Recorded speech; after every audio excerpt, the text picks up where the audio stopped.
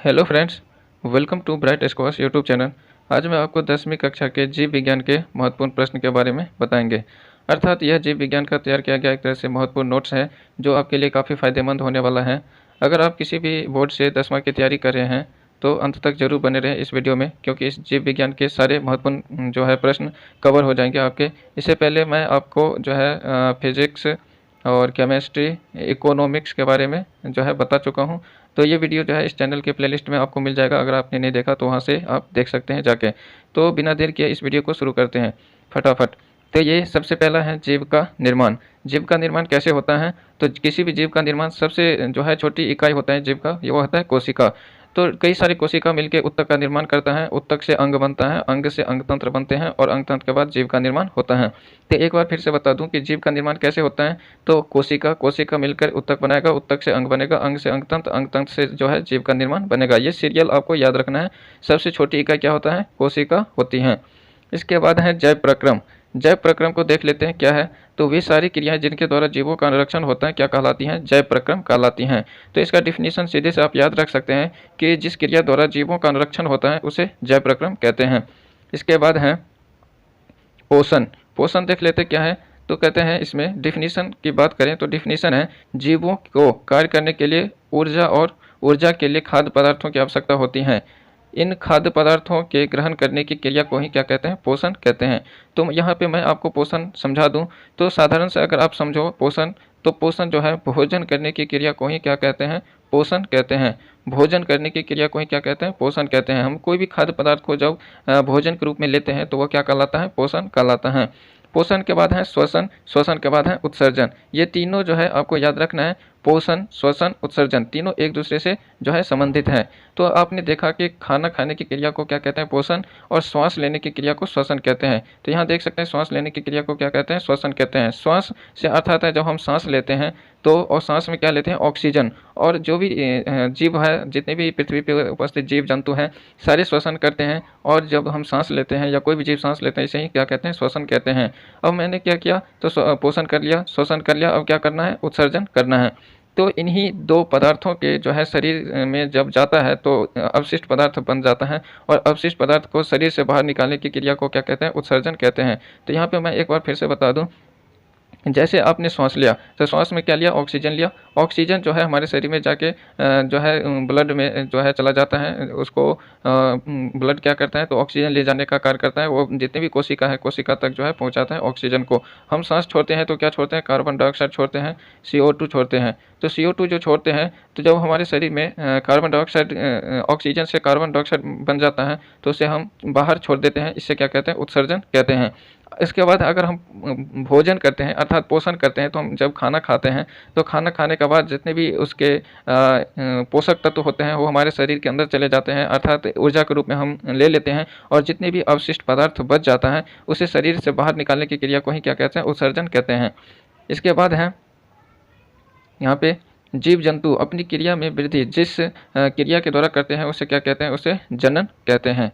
तो इसे क्या कहते हैं? जनन। जनन को आप बेहतर समझ सकते हैं तो मैं यहाँ पे आपको थोड़ा एक्सप्लेन कर दूं जनन के बारे में। तो दुनिया में जितने भी जीव जंतु हैं वह सारे अपनी जनसंख्या में क्या करते हैं? वृद्धि करते हैं। और जनसंख्या में वृद्धि करते हैं तो कैसे करते हैं? तो यहाँ पे यही चीज़ है कि जितने भी जीव जंतु हैं जिस क्रिया द्वारा अपनी जनसंख्या में वृद्धि करते हैं उसे क्या कहते हैं? जनन कहते हैं।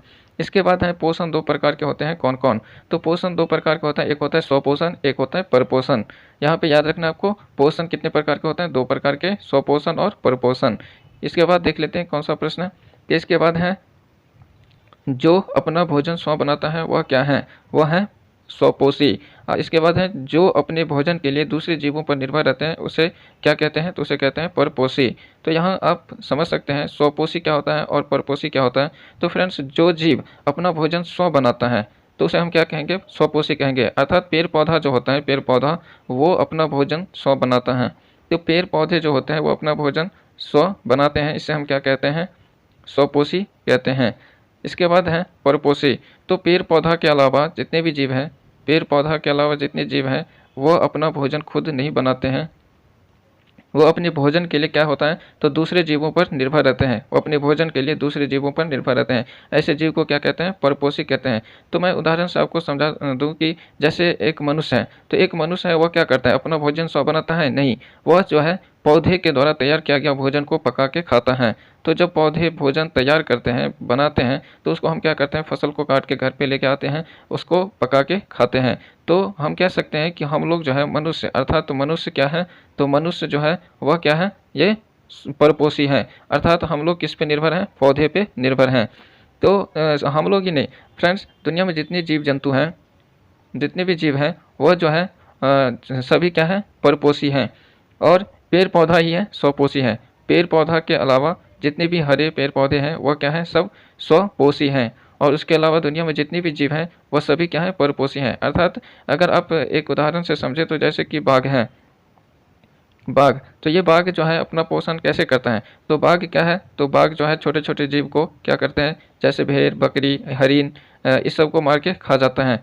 तो वो जो है बाघ किस पे निर्भर हो गया, दूसरे जीव पे निर्भर हो गया।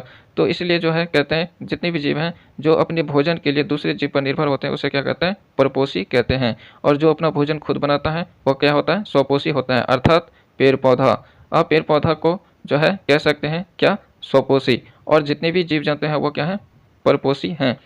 इसके बाद हैं हरे पेड़ पौधे स्वपोषी, बाकी जीव जंतु परपोषी होते हैं। तो ये मैंने ऊपर में आपको बता दिया कि जितने भी हरे पेड़ पौधे होते हैं वो स्वपोषी होते हैं और बाकी जीव जंतु क्या होता है, परपोषी होता है। इसके बाद है प्रकाश संश्लेषण। तो प्रकाश संश्लेषण देख लेते हैं क्या है। प्रकाश संश्लेषण का डिफिनीशन है, पेड़ पौधे सूर्य के प्रकाश से ऊर्जा प्राप्त कर क्लोरोफिल की उपस्थिति में कार्बन डाइऑक्साइड तथा जल के द्वारा अपने भोजन कार्बोहाइड्रेट का संश्लेषण करते हैं। इस प्रक्रिया को क्या कहते हैं, इसे प्रकाश संश्लेषण कहते हैं। तो प्रकाश संश्लेषण को मैं समझा दूं, प्रकाश संश्लेषण होता है क्या है, तो प्रकाश संश्लेषण होता है फ्रेंड्स, जब पेड़ पौधे जो है सूर्य से प्रकाश ग्रहण कर क्लोरोफिल की उपस्थिति में जो है प्रकाश ग्रहण करते हैं और जो है वायुमंडल से क्या ग्रहण करते हैं, कार्बन डाइऑक्साइड। तो प्रकाश हो गया, क्लोरोफिल की उपस्थिति में प्रकाश लेते हैं और वायुमंडल से कार्बन डाइऑक्साइड लेते हैं, मिट्टी से जल लेते हैं और इसके द्वारा जो है अपना भोजन बनाते हैं। वो भोजन क्या होता है, कार्बोहाइड्रेट होता है। तो प्रकाश संश्लेषण में जो पौधे अपना खाना बनाते हैं उसे क्या कहते हैं, कार्बोहाइड्रेट। वो अपने भोजन के रूप में कार्बोहाइड्रेट को लेते हैं और इसे ही प्रकाश संश्लेषण कहते हैं। तो प्रकाश संश्लेषण को सीधी से समझना है तो अर्थात हम कह सकते हैं कि प्रकाश संश्लेषण वह क्रिया है जिस क्रिया के द्वारा पौधे अपना भोजन बनाता है। तो भोजन में क्या बनाता है, तो कार्बोहाइड्रेट बनाता है। तो इसमें जो है प्रकाश संश्लेषण करने के लिए क्या सब आवश्यकता होती है, तो मैं बता दूं आपको, प्रकाश संश्लेषण की क्रिया के लिए जो है क्लोरोफिल की आवश्यकता होती है। क्लोरोफिल की आवश्यकता होती है, अर्थात क्लोरोफिल की सहायता से जो है पेड़ पौधे क्या करते हैं, सूर्य से प्रकाश ग्रहण करते हैं और जो है ये वायुमंडल से क्या ग्रहण करते हैं, कार्बन डाइऑक्साइड, मिट्टी से जल ग्रहण करते हैं और ये सब क्रिया के द्वारा जो है अपना भोजन बनाते हैं, कार्बोहाइड्रेट, जिसे हम प्रकाश संश्लेषण कहते हैं। इसके बाद है पौधे अपना भोजन प्रकाश संश्लेषण की क्रिया द्वारा बनाते हैं। इसके क्या आवश्यक है, इसके लिए क्या आवश्यक है, तो ये इसके लिए जो है सूर्य का प्रकाश, क्लोरोफिल को हम पर्णहरित भी कहते हैं और कार्बन डाइऑक्साइड तथा जल आवश्यक है। तो ऊपर में मैं आपको बता दिया कि प्रकाश संश्लेषण के लिए क्या चीज़ आवश्यकता होती है। तो यहाँ पे यही चीज़ लिखा है कि प्रकाश संश्लेषण की क्रिया के लिए जो है आवश्यक तत्व क्या है, कि यहाँ पे देख सकते हैं प्रकाश संश्लेषण क्रिया के लिए सूर्य का प्रकाश होना, क्लोरोफिल का होना, कार्बन डाइऑक्साइड तथा जल, ये जो है इसके उपस्थिति में ही प्रकाश संश्लेषण की क्रिया संभव है। इसके बाद है पौधे में भोजन का परिवहन किस ऊतक के द्वारा होता है, तो फ्लोएम ऊतक के द्वारा होता है। काफ़ी महत्वपूर्ण प्रश्न है ये, पौधे में भोजन का परिवहन किस ऊतक के द्वारा होता है, तो ये फ्लोएम ऊतक के द्वारा होता है। याद रखना फ्रेंड्स, कई बार एग्जाम में पूछा गया है। तो यहाँ पे दो ऊतक होता है, एक फ्लोएम ऊतक होता है और एक जाइलम ऊतक होता है। तो दोनों का कार्य क्या है, तो अगर हम भोजन की बात करें तो भोजन को पहुँचाने का कार्य कौन करता है, ये फ्लोएम ऊतक करता है, जबकि पौधे में जल का परिवहन के लिए एक जाइलम ऊतक होता है। तो यहाँ पे आप याद रख सकते हैं कि भोजन को पहुँचाने का कार्य फ्लोएम ऊतक और जल को पहुँचाने का कार्य जाइलम ऊतक करता है। तो अगर इसको आप याद रखने की जो है कोशिश करें तो यहाँ पे ज से जल होता है और ज से जाइलम होता है। तो ये चीज़ आपको याद रहेगा कि जल को पहुँचाने का कार्य कौन करता है, अर्थात पौधे में जल का परिवहन कौन करता है, जाइलम ऊतक। और जाइलम ऊतक तो हो ही गया, अब बचा कौन, फ्लोएम। तो फ्लोएम से आप याद रख सकते हैं फ्लोएम का काम क्या होगा, तो पौधे के विभिन्न भागों तक भोजन को पहुँचाना। पौधे के विभिन्न भागों तक भोजन को पहुंचाना फ्लोएम ऊतक, पौधे के विभिन्न भागों तक जो है जल को पहुंचाने का काम जाइलम ऊतक करता है। इसके बाद है परपोषण 3 प्रकार के होते हैं। कौन कौन? मृतजीवी पोषण, परजीवी पोषण, प्राणिसम पोषण। तो परपोषण 3 प्रकार के होते हैं, मृतजीवी, परजीवी और प्राणिसम पोषण। इसके बाद है ऐसा पोषण जिसे जीव अपना भोजन मृत जीव जंतु के शरीर से अपने शरीर की सतह द्वारा प्राप्त करते हैं, क्या कहते हैं? तो इसे मृतजीवी पोषण कहते हैं। तो यहाँ पे जो है आपने ऊपर देखा कि परपोषण कितने प्रकार के होते हैं? 3 प्रकार के होते हैं परपोषण। और यहीं पे है मृतजीवी पोषण, परजीवी पोषण और प्राणिसम पोषण। ये तीनों का डिफिनेशन है, तो आप समझ सकते हैं कि मृतजीवी पोषण किसे कहते हैं, परजीवी पोषण किसे कहते हैं और प्राणिसम पोषण किसे कहते हैं। तो एक बार मैं फिर से बता दूं कि मृतजीवी पोषण किसे कहते हैं। यहाँ पे आप डिफिनेशन देख सकते हैं, कहते हैं ऐसा पोषण जिसे जीव अपना भोजन मृत जीव जंतुओं के शरीर से अपनी शरीर के सतह द्वारा, तो इसमें जीव जो है अपनी शरीर की सतह द्वारा जो है भोजन प्राप्त करते हैं। इस तरह के पोषण को मृतजीवी पोषण कहते हैं। जैसे आप समझ सकते हैं, जैसे कवक, बैक्टीरिया और प्रोटोजोआ। कवक, बैक्टीरिया और प्रोटोजोआ में जो पोषण होता है वह मृतजीवी पोषण होता है। ऐसा भी पूछा जाता है कि कवक में कैसा पोषण होता है, तो वह कैसा पोषण होता है? मृतजीवी पोषण होता है। आपको याद रखना है, कवक, बैक्टीरिया और प्रोटोजोआ में मृतजीवी पोषण होता है। इसके बाद है परजीवी पोषण। परजीवी पोषण को देख लेते हैं। ऐसा पोषण जिसमें जीव दूसरे प्राणी के संपर्क में रहकर अस्थायी या अस्थायी रूप से अपना भोजन प्राप्त करते हैं, उसे क्या कहते हैं? परजीवी पोषण कहते हैं। तो इसमें जो है परजीवी पोषण के बारे में कहते हैं कि ऐसा पोषण जिसमें जीव क्या करते हैं, तो दूसरे प्राणी के संपर्क में रहते हैं, दूसरे प्राणी के संपर्क में रहते हैं और कैसे? अस्थायी या अस्थायी रूप में रहकर जो है वो अपना भोजन प्राप्त करते हैं। इस तरह के पोषण को परजीवी पोषण कहते हैं। परजीवी से तात्पर्य है परजीवी मतलब दूसरे जीवों पर निर्भर परजीवी पोषण कहते हैं, जैसे कि गोल कृमि, एंट अमीबा। तो आपको पूछ सकता है कि गोल कृमि में कैसा पोषण होता है, तो परजीवी पोषण होता है। एंट अमीबा में कैसा पोषण होता है? परजीवी पोषण होता है। इसके बाद है प्राणिसम पोषण। प्राणिसम पोषण को देख लेते हैं। ऐसा पोषण जिसमें प्राणी अपना भोजन ठोस रूप में जंतुओं के भोजन ग्रहण करने की विधि द्वारा ग्रहण करते हैं, इसे पोषण को क्या कहते हैं? प्राणिसम पोषण कहते हैं। प्राणिसम पोषण किसमें होता है? अमीबा में होता है। तो अमीबा जो है इसमें कैसा पोषण होता है? प्राणी संपोषण होता है। प्राणी संपोषण को एक बार और देखें तो ऐसा पोषण जिसमें प्राणी अपना भोजन ठोस रूप में लेता है। कैसे लेता है? ठोस रूप में जंतुओं के भोजन ग्रहण करने की विधि के द्वारा ग्रहण करता है, ऐसे पोषण को क्या कहते हैं? प्राणी संपोषण। प्राणी संपोषण के उदाहरण है अमीबा। इसके बाद है मृतजीवी उदाहरण है। मृतजीवी के उदाहरण क्या है? कवक, बैक्टीरिया, प्रोटोजोआ। तो बैक्टीरिया जिसको हम जीवाणु कहते हैं, बैक्टीरिया अंग्रेजी नाम है बैक्टीरिया जिसको हम जीवाणु कहते हैं। तो यहाँ पे मृतजीवी के उदाहरण है मृतजीवी, कवक हो गया, बैक्टीरिया हो गया और प्रोटोजोआ हो गया। ये सब मृतजीवी के उदाहरण हैं और इसी जीव में जो है कैसा पोषण होता है? मृतजीवी पोषण होता है, ये आपको याद रखना है। इसके बाद है परजीवी के उदाहरण हैं। तो परजीवी के उदाहरण क्या है? तो गोलकृमि, हुकवर्म, टेपवर्म, एंट अमीबा, जोंक, फीता कृमि, ये सब परजीवी के उदाहरण है। ये सब एग्जाम में पूछा जाता है फ्रेंड्स। आपको याद रखना है कि परजीवी के उदाहरण क्या है। पूछ देगा कि गोल कृमि क्या है, तो गोल कृमि क्या है? परजीवी है। हुक वर्म, टेप वर्म, एंट अमीबा, जोंक, फीता कृमि, ये सब क्या है? तो ये सब एक जो है परजीवी के उदाहरण हैं। इसके बाद है प्राणी समभोजी के उदाहरण हैं। तो प्राणी समभोजी के उदाहरण क्या है? अमीबा, मेंढक, मनुष्य आदि क्या है? प्राणी समभोजी के उदाहरण हैं।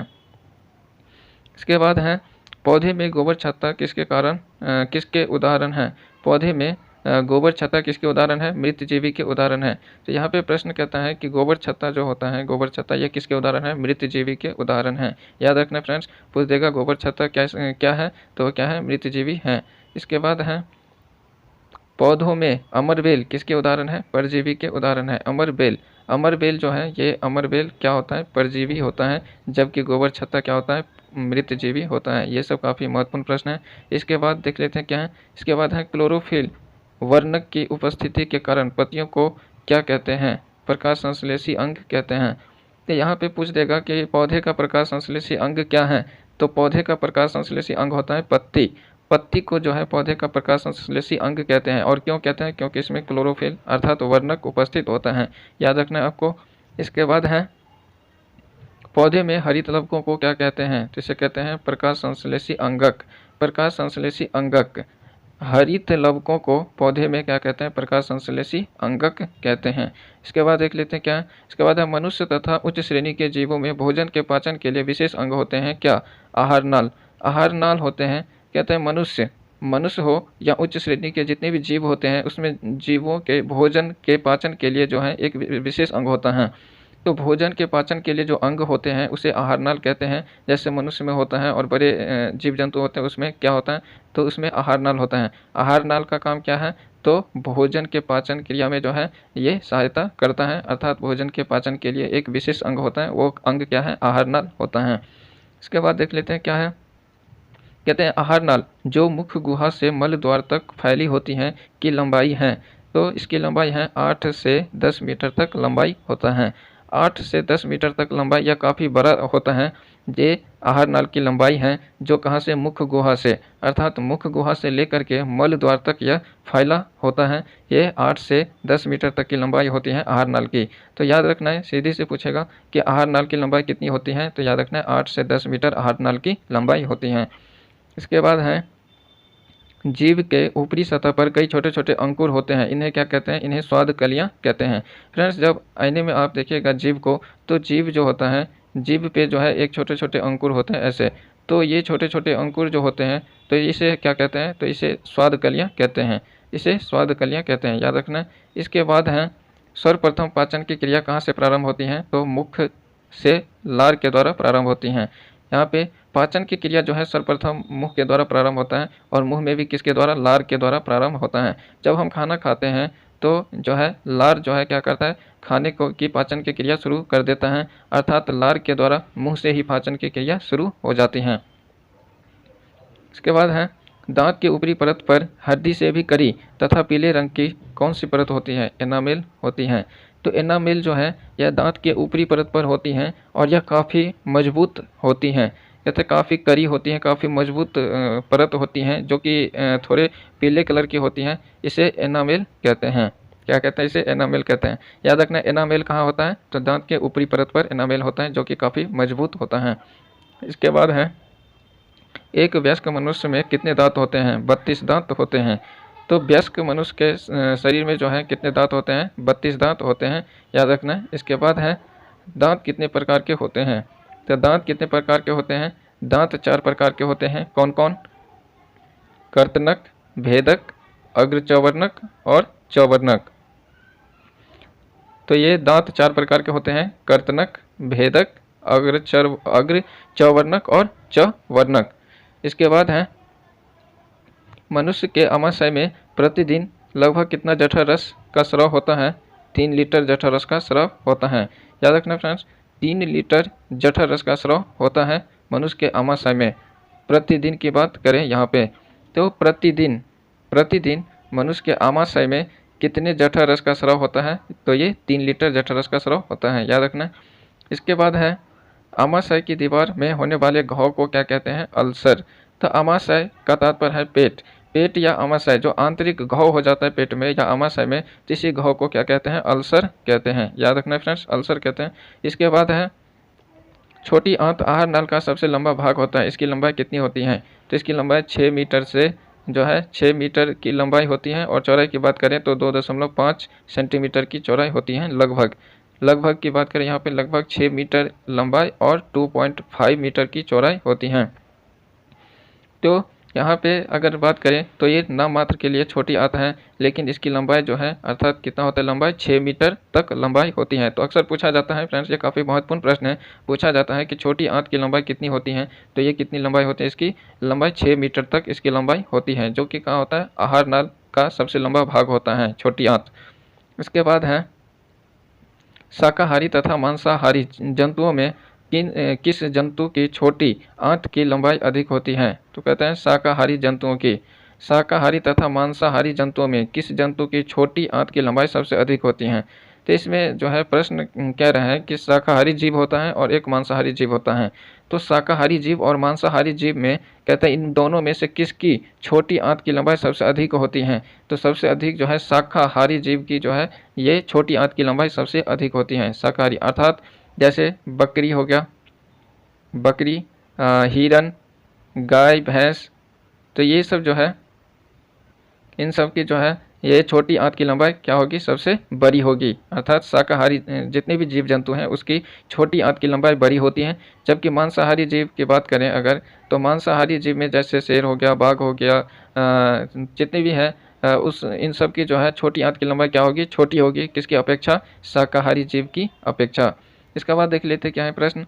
इसके बाद है भोजन के पाचन के लिए पित्त कहाँ से स्रावित होता है, यकृत से स्रावित होता है, अर्थात लीवर से। तो यकृत को लीवर भी कहते हैं, अंग्रेजी में लीवर कहते हैं यकृत को। और यकृत से ही जो है किसका स्राव होता है, तो पित्त का स्राव होता है। कहता है भोजन के पाचन के लिए पित्त का स्राव कहाँ से होता है, तो यकृत से होता है। इसके बाद है शरीर के सबसे बड़ी ग्रंथि का नाम क्या है, तो यह है यकृत। यकृत जो है शरीर की सबसे बड़ी ग्रंथि है। यकृत, लीवर जिसको बोलते हैं, लीवर या यकृत जो है शरीर की सबसे बड़ी ग्रंथि है। फ्रेंड्स याद रखना, काफ़ी महत्वपूर्ण प्रश्न है। इसके बाद है यकृत का वजन लगभग कितना होता है, तो यह 1.5 किलो लगभग वजन होता है। ये जो है काफ़ी महत्वपूर्ण है, याद रखना आपको। यकृत का वजन लगभग कितना होता है, तो यह लगभग 1.5 किलो वजन होता है यकृत का, अर्थात लीवर का 1.5 किलो वजन होता है। इसके बाद है गाढ़ा एवं हरा रंग का क्षारीय द्रव क्या है, पित्त। बाइल जो है, बाइल यह गाढ़ा और हरा रंग का होता है और यह जो है क्षारीय होता है। याद रखना फ्रेंड्स, बाइल अर्थात पित्त, जिसको पित्त को हम अंग्रेजी में बाइल कहते हैं। तो पित्त जो है कैसा होता है, गाढ़ा हरा रंग का क्षारीय द्रव होता है पित्त। इसके बाद है जैव कोशिकाओं में रासायनिक ऊर्जा का सार्वजनिक वाहक क्या है, एटीपी। जैव कोशिकाओं में रासायनिक ऊर्जा का सार्वजनिक वाहक क्या है, एटीपी है। एटीपी का फुल फॉर्म क्या होता है, तो एडोनोसिन ट्रिफोस्फेट। एडोनोसिन ट्रिफोस्फेट एटीपी का फुल फॉर्म होता है, याद रखना है। इसके बाद है कोशिकीय ईंधन किसे कहते हैं, तो कोशिकीय ईंधन ग्लूकोज को कहते हैं। याद रखना फ्रेंड्स, कोशिकीय ईंधन किसे कहते हैं, कोशिकीय ईंधन ग्लूकोज को कहते हैं। इसके बाद है पौधे में श्वसन गैसों का आदान प्रदान किस क्रिया के द्वारा होता है, विसरण के द्वारा होता है। पौधों में जो श्वसन होता है, श्वसन के गैसों का आदान प्रदान कहते हैं किस क्रिया के द्वारा होता है, तो यह किस क्रिया के द्वारा होता है, विसरण के द्वारा होता है। पौधों में श्वसन के गैसों का आदान प्रदान विसरण के द्वारा होता है। इसके बाद है कितने प्रकार के श्वसन अंग होते हैं, तथा कितने प्रकार के श्वसन अंग होते हैं, 3 प्रकार के श्वसन अंग होते हैं, श्वास नली, गिल्स और फेफड़ा। यहाँ पे 3 प्रकार के श्वसन अंग होते हैं, श्वास नली, गिल्स और फेफड़ा। इसके बाद देख लेते हैं, इसके यहाँ है श्वास नली के द्वारा श्वसन करते हैं तो कीट करते हैं। कीट जो है अपनी श्वास नली के द्वारा श्वसन करते हैं, अर्थात टिड्डा, तिलचट्टा, ये सब कैसे श्वसन करता है, तो श्वास नली के द्वारा श्वसन करता है। इसके बाद है गिल्स के द्वारा श्वसन होता है मछली और झींगा में। मछली हो या झींगा हो, इनमें सांस लेने के लिए क्या होता है, तो ये क्या होता है, गिल्स होता है। तो गिल्स के द्वारा ही श्वसन करते हैं मछली और झींगा। इसके बाद है फेफड़ा से श्वसन होता है उच्च वर्गीय जीवों में। उच्च वर्गीय जीवों में कैसे श्वसन होता है, तो फेफड़ा के द्वारा श्वसन होता है। मनुष्य, जानवर, पक्षी आदि में जो है श्वसन कैसे होता है, तो फेफड़ा के द्वारा होता है। तो यहाँ पे आप याद रखना, आपको याद रखना है क्या है प्रश्न। यहाँ पे आप देख सकते हैं, कहते हैं श्वसन कितने प्रकार के होते हैं, 3 प्रकार के, श्वास नली से, गिल्स से और फेफड़ा से। और इसमें पूछा जाता है कि पूछ देगा कि मनुष्य जो है किससे सांस लेता है, तो मनुष्य किससे सांस लेगा, फेफड़ा से सांस लेगा। तो यही है कि छोटे मोटे जीव जंतु होते हैं, जैसे कीट हो गया, इसमें श्वसन होता है, कैसे होता है, श्वास नली के द्वारा श्वसन होता है। जैसे टिड्डा, तिलचट्टा में कैसे श्वसन है, श्वास नली के द्वारा श्वसन होगा।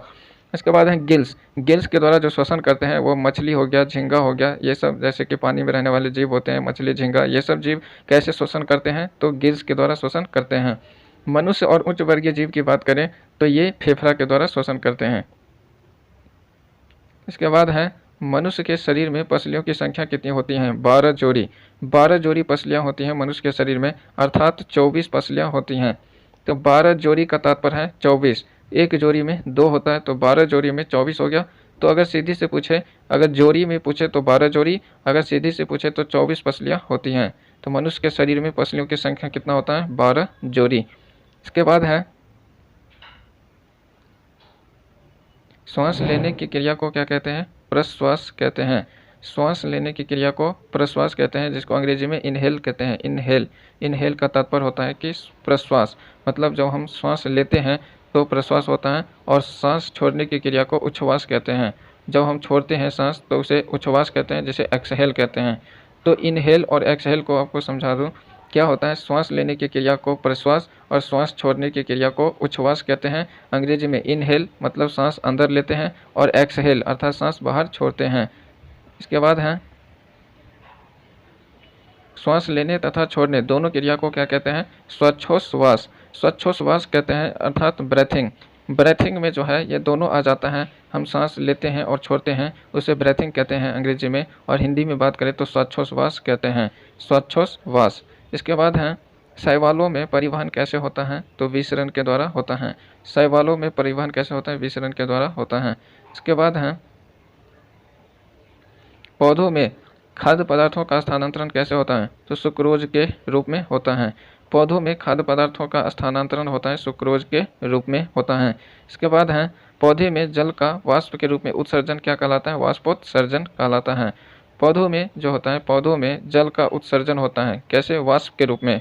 तो पौधे में जल का वाष्प के रूप में उत्सर्जन कहलाता है वाष्पोत्सर्जन। और वाष्पोत्सर्जन की क्रिया पत्तियों के द्वारा होता है। पत्ती में जो छोटे छोटे छिद्र होते हैं उसको रंध्र बोलते हैं, और रंध्र के माध्यम से ही वाष्पोत्सर्जन की क्रिया होती है, आपको याद रखना है।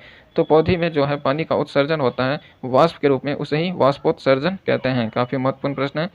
इसके बाद है पौधे कितना प्रतिशत जल अपनी जरूरी क्रियाओं में लेते हैं? तो 10% जल लेते हैं।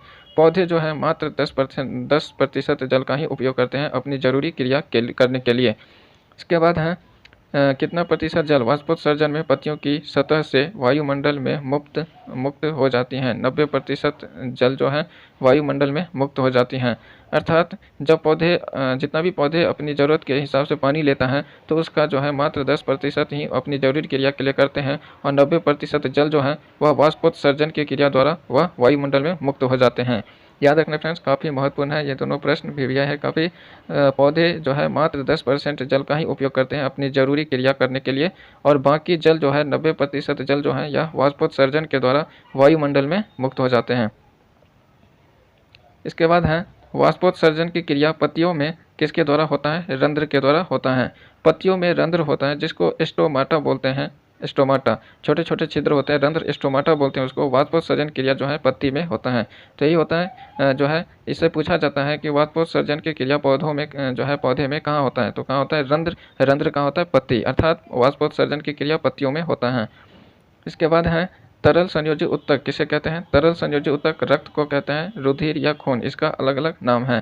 तो आप खून बोलिए या रुधिर या रक्त। रक्त, रुधिर, खून, ब्लड, ये सब सारे एक ही नाम है। और जो है इसके जो है संयोजी उत्तक या तरल उत्तक भी कहते हैं। तरल संयोजी उत्तक भी कहते हैं किसको? ब्लड को, अर्थात रक्त, रुधिर, खून। अब इसमें है कि रक्त में 2 प्रकार के पदार्थ पाए जाते हैं। कौन कौन? तो 2 प्रकार के पदार्थ कौन कौन पाए जाते हैं? एक होता है प्लाज्मा और एक होता है रुधिराणु।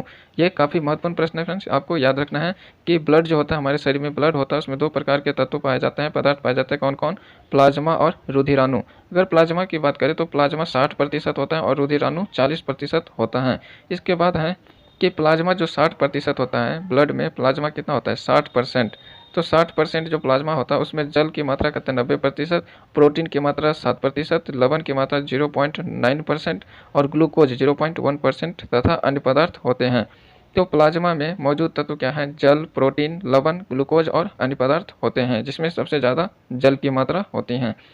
इसके बाद है रक्त में 40% रुधिराणु होता है, जिसे 3 भागों में बांटा है। कौन कौन? लाल रक्त कण, श्वेत रक्त कण और रक्त बिंबाणु, जिसको प्लेटलेट्स बोलते हैं। तो यहाँ पे आपको याद रखना है, यहाँ पे ऊपर में आपने पढ़ा कि रक्त के 2 भाग हैं। कौन कौन? प्लाज्मा और रुधिराणु। तो प्लाज्मा में आपने पढ़ा कि प्लाज्मा में कौन कौन से होते हैं? प्लाज्मा में जो होता है ये जल होता है, प्रोटीन होता है, लवण होता है, ग्लूकोज होता है, अन्य पदार्थ होता है। और यहाँ पे है रुधिराणु। तो रुधिराणु जो होता है 40% जो है हमारे ब्लड में, अर्थात रक्त में 40% रुधिराणु होता है। और रुधिराणु में कौन कौन से जो है ये होता है? तो होता है आरबीसी, डब्ल्यूबीसी और प्लेटलेट्स। आरबीसी, डब्ल्यूबीसी और प्लेटलेट्स को हम क्या कहते हैं? आरबीसी का मतलब होता है रेड ब्लड सेल्स, और श्वेत ब्लड सेल्स, डब्ल्यूबीसी श्वेत ब्लड सेल्स, और रक्त बिंबाणु जिसको प्लेटलेट्स बोलते हैं। ये आपको याद रखना है, काफ़ी महत्वपूर्ण प्रश्न है। लाल रक्त कण जिसको आरबीसी बोलते हैं, श्वेत रक्त कण जिसको डब्ल्यूबीसी बोलते हैं, और रक्त बिंबाणु जिसको प्लेटलेट्स बोलते हैं। इसके बाद है रक्त को थक्का बनाने में सहायक प्रोटीन क्या है? तो रक्त को थक्का बनाने में सहायक प्रोटीन है हिपैरिन। हिपैरिन जिसे हम फाइब्रियोनोजिन या प्रोथ्रोम्बिन या कहते हैं, या प्लेटलेट्स भी कहते हैं इसको। तो ये रक्त को थक्का बनाने के लिए आवश्यक प्रोटीन है कौन कौन? हिपैरिन, फाइब्रियोनोजिन, प्रोथ्रोम्बिन जिसको हम प्लेटलेट्स भी बोलते हैं या प्लेटलेट्स। तो रक्त को थक्का बनाने के लिए कौन से जो है पदार्थ आवश्यक होता है? प्लेटलेट्स। रक्त को थक्का बनाने के लिए क्या जरूरत होता है? प्लेटलेट्स, अथवा ऑप्शन में हिपैरिन, फाइब्रियोनोजिन, प्रोथ्रोम्बिन या प्लेटलेट्स में से कोई भी रह सकता है। यह आपको याद रखना है, यह इसका काम क्या है? रक्त को थक्का बनाने का काम करता है। इसके बाद है लाल रक्त कोशिका में किसकी उपस्थिति के कारण रक्त का रंग लाल होता है? हीमोग्लोबिन के कारण होता है। तो जो है हमारे ब्लड जो है, ब्लड जिसमें आरबीसी होता है, लाल रक्त कोशिका, तो रेड ब्लड सेल्स जिसको हम आरबीसी बोलते हैं, तो ये जो है कहता है ब्लड में जो है आरबीसी होता है जिसमें हीमोग्लोबिन होता है। हीमोग्लोबिन के कारण ही जो है हमारे शरीर में रक्त का रंग कैसा होता है? लाल होता है, याद रखना है। तो इसमें कहते हैं लाल रक्त कोशिका में किसकी उपस्थिति के कारण रक्त का रंग लाल होता है? हीमोग्लोबिन के कारण। इसके बाद है ऑक्सीजन का वाहक क्या है? हीमोग्लोबिन। तो हीमोग्लोबिन ही हमारे शरीर में जो है ऑक्सीजन का वाहक है, अर्थात ऑक्सीजन ले जाने का काम कौन करता है? हीमोग्लोबिन ही करता है। इसके बाद है लाल रक्त कण जिसको हम आरबीसी कहते हैं कि मृत्यु यकृत और प्लीहा में होती है, इसका जीवन काल क्या है? तो 20 से 120 दिन। आरबीसी का जो है आरबीसी का जीवन काल 20 से 120 दिन होता है। तो यही है कि आरबीसी जो है, आरबीसी की मृत्यु कहाँ होती है? तो आरबीसी की मृत्यु होता है यकृत या प्लीहा में, यकृत या प्लीहा में होता है जिसको स्प्लीन बोलते हैं। प्लीहा को क्या बोलते हैं? स्प्लीन। और यकृत को क्या बोलते हैं? लीवर। तो लीवर या स्प्लीन अर्थात यकृत या प्लीहा में ही आरबीसी की मृत्यु हो जाती है, आरबीसी की मृत्यु हो जाती है। अगर इसके जीवन काल की बात करें तो कितना जीवन काल होता है? 20 से 120 दिन इसका जीवन काल होता है। इसके बाद है श्वेत रक्त कण WBC। श्वेत रक्त कण जिसको हम WBC कहते हैं की मृत्यु रक्त में ही हो जाते हैं, इसका जीवन काल कितना है? 2 से 4 दिन। तो ये याद रखना है फ्रेंड्स, WBC जो होता है इसका जो है मृत्यु कहाँ होता है? ब्लड में ही हो जाता है, अर्थात रक्त में ही इसका मृत्यु हो जाता है। इसके जीवन काल की बात करें तो 2 से 4 दिन इसका जीवन काल होता है। तो WBC का जीवन काल कितना होता है? 2 से 4 दिन। सीधी से क्वेश्चन आता है, WBC का जीवन काल कितना होता है? 2 से 4 दिन। आरबीसी का जीवन काल 20 से 120 दिन। इसके बाद है रक्त बिंबाणु अर्थात प्लेटलेट्स की मृत्यु प्लीहा में होती है, इसका जीवन काल कितना होता है? 3 से 5 दिन। तो प्लेटलेट्स की मृत्यु कहाँ होती है? प्लीहा में, याद रखना है। प्लेटलेट्स की मृत्यु प्लीहा में होती है और इसके जीवन काल 3 से 5 दिन का होता है। याद रखना फ्रेंड्स, ये तीनों प्रश्न काफ़ी महत्वपूर्ण है। आरबीसी का जीवन काल 20 से 120 दिन, WBC का जीवन काल 2 से 4 दिन, प्लेटलेट्स का जीवन काल 3 से 5 दिन का होता है। अगर मृत्यु की बात करें तो आरबीसी का मृत्यु कहाँ होता है? यकृत या प्लीहा में ही हो जाता है। WBC का मृत्यु कहाँ होता है? रक्त में ही हो जाता है। और प्लेटलेट्स की मृत्यु कहाँ होती है? तो इसकी मृत्यु प्लीहा में होती है।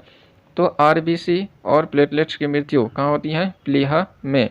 और जो है बाकी रहा WBC, तो WBC की मृत्यु कहाँ होती है? WBC की मृत्यु होती है रक्त में ही हो जाती हैं।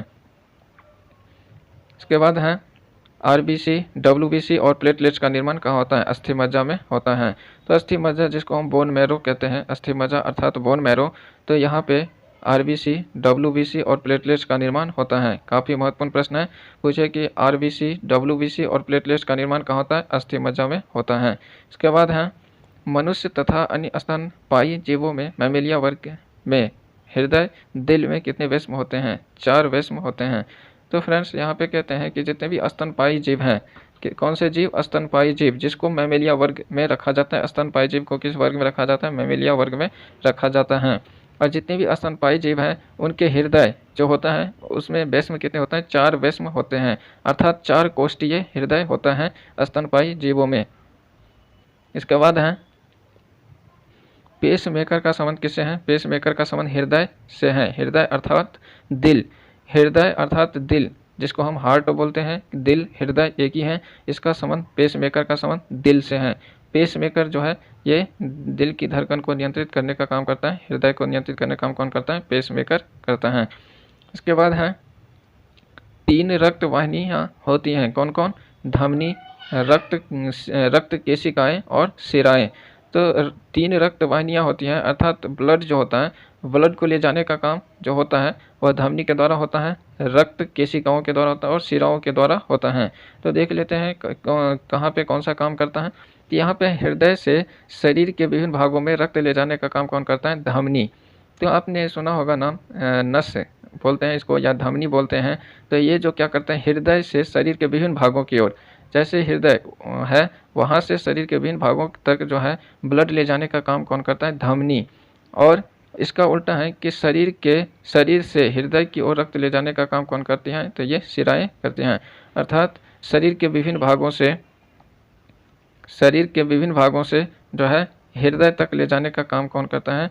ब्लड ले जाने का काम शिरा करते हैं, जबकि ये हृदय से शरीर के विभिन्न भागों तक ब्लड ले जाने का काम धमनी करती हैं। इसके बाद है महाधमनी एवं उनकी मुख्य शाखाओं में रक्त प्रवाह का दबाव क्या कहलाता है? रक्तचाप कहलाता है, ब्लड प्रेशर। तो ब्लड प्रेशर जिसको हम रक्तचाप कहते हैं, ब्लड प्रेशर। तो ब्लड प्रेशर जो है इसमें क्या कहते हैं रक्तचाप के बारे में कि महाधमनी एवं उनकी मुख्य शाखाओं में रक्त प्रवाह का दबाव क्या कहलाता है? रक्तचाप कहलाता है। तो जब यहाँ पे आपने देखा कि हृदय से शरीर के विभिन्न भागों तक ले जाने वाले जो है ब्लड को ले जाने वाले जो होता है वो धमनी होता है, और शरीर के विभिन्न भाग से हृदय तक जो ब्लड को ले जाता है वो शिरा होता है। तो इसमें जो प्रवाह होता है ब्लड का, अर्थात रक्त का जो प्रवाह होता है, तो इसी के प्रवाह के दबाव को ही क्या कहा जाता है? रक्तचाप कहते हैं, अर्थात ब्लड प्रेशर कहते हैं। इसके बाद है एक स्वस्थ व्यक्ति का सामान्य स्थिति में सिस्टोलिक प्रेशर रक्तचाप कितना होता है? तो 120/80 mm होता है। क्यों कहते हैं सिस्टोलिक प्रेशर कितना होता है? एक स्वस्थ व्यक्ति के शरीर में जो ब्लड प्रेशर होता है, ब्लड प्रेशर कहता है रक्तचाप जो होता है उसका सिस्टोलिक प्रेशर कितना होता है? तो 120/80 mm होता है। फ्रेंड्स ये काफ़ी महत्वपूर्ण प्रश्न है। कहते हैं एक स्वस्थ मनुष्य का जो ब्लड प्रेशर होता है वो कितना होता है? 120/80 mm। इसके बाद है रक्तचाप अर्थात ब्लड प्रेशर मापने वाले यंत्र को क्या कहते हैं? स्फिग्मोमैनोमीटर। तो रक्तचाप या ब्लड प्रेशर को मापने वाले यंत्र क्या है? स्फिग्मोमैनोमीटर है। इसके बाद है तो ये जो है स्फिग्मोमैनोमीटर जो है ये क्या करता है? रक्तचाप या ब्लड प्रेशर को मापने का काम करता है। इसके बाद है उच्च रक्तचाप को क्या कहते हैं? हाइपरटेंशन। उच्च रक्तचाप, तो जैसे ना आपको पता होगा कि ब्लड प्रेशर जो होता है एक लो ब्लड प्रेशर होता है और एक हाई ब्लड प्रेशर होता है। तो लो ब्लड प्रेशर और हाई ब्लड प्रेशर इसी में कहते हैं कि उच्च रक्तचाप जिसको हम हाई ब्लड प्रेशर बोलते हैं। तो उच्च रक्तचाप अर्थात हाई ब्लड प्रेशर को क्या कहते हैं? हाइपरटेंशन। तो हाई से याद रख सकते हैं आप, हाई मतलब उच्च और हाइपरटेंशन। तो हाई ब्लड प्रेशर को क्या बोलेंगे? हाइपरटेंशन। काफ़ी आसान है। इसके बाद है मनुष्य का सबसे महत्वपूर्ण उत्सर्जी अंग क्या है? मनुष्य का सबसे महत्वपूर्ण उत्सर्जी अंग है वृक्क। वृक्क जिसको किडनी बोलते हैं। तो वृक्क जिसका अंग्रेजी नाम क्या है? किडनी। यह मनुष्य का सबसे महत्वपूर्ण उत्सर्जी अंग है। जब ये क्या करता है तो पेशाब को जो है क्या करता है, ये एक तरह से जो है पेशाब को शरीर से बाहर निकालने का काम कौन करता है? तो ये वृक्क या किडनी के द्वारा ही होता है। और वृक्क या किडनी का काम क्या है? तो ये जो हमारे शरीर में रक्त होता है अर्थात खून होता है, ब्लड होता है, इसको प्योरीफाई करता है, रक्त को शुद्ध करने का काम कौन करता है? तो ये वृक्क ही करता है। तो प्रत्येक व्यक्ति के शरीर में एक जोड़ा वृक्क होता है, अर्थात 2 जो है वृक्क होता है, किडनी होता है। एक किडनी दान देने पर भी व्यक्ति जिंदा रह सकता है। इसके बाद है मनुष्य में एक जोड़ा वृक्क होता है, इसका आकार कैसा होता है? तो सेम के जैसा होता है। तो यहाँ पे आपने देखा कि वृक्क जो है किडनी है, यहाँ पे मैंने बताया कि किडनी एक जोड़ा किडनी होता है, अर्थात एक जोड़ा मतलब 2 किडनी होता है। और इसका आकार पूछ रहा है, आकार कैसा होता है? तो सेम के जैसा आकार होता है। किडनी डोनेट भी दिया जाता है, जिसकी किडनी खराब हो जाती है तो किडनी दान में दिया जाता है। कहता है 2 किडनी में से हम 1 किडनी दान में भी दे सकते हैं, जिससे भी व्यक्ति 1 किडनी पे भी जिंदा रह सकता है, लेकिन वह भारी काम नहीं कर पाएगा। इसके बाद है वृक्क अर्थात किडनी की रचनात्मक एवं क्रियात्मक इकाई क्या है? नेफ्रॉन। यह काफ़ी महत्वपूर्ण प्रश्न है फ्रेंड्स, आपको याद रखना है, VVI प्रश्न है। यह अक्सर एग्जाम में पूछा जाता है कि वृक्क अर्थात किडनी जो होता है इसका रचनात्मक या क्रियात्मक इकाई क्या होता है? नेफ्रॉन होता है। तो वृक्क का जो है इकाई क्या है? नेफ्रॉन है। इसके बाद है वृक्क का कार्य क्या है? तो मूत्र का निर्माण करना, उत्सर्जन करना और ये रक्त शुद्धिकरण। तो मैंने ऊपर बता दिया आपको कि वृक्क जो होता है यह क्या करता है, रक्त को शुद्धिकरण करने का काम करता है, अर्थात रक्त को शुद्ध रखने का कार्य कौन करता है, तो ये रक्त को शुद्ध रखने का काम वृक्क करता है। अन्य काम है मूत्र का निर्माण करना और ये उत्सर्जन करना, अर्थात जब मूत्र का निर्माण होता है तो उत्सर्जन जो है शरीर से बाहर करने के काम भी कौन करता है, वृक्क ही करता है। और रक्त शुद्धिकरण का काम भी वृक्क का ही है, अर्थात किडनी का है। इसके बाद है मूत्र का पीलापन किसके कारण होता है, यूरोक्रोम के कारण होता है। ये भी काफ़ी महत्वपूर्ण प्रश्न है।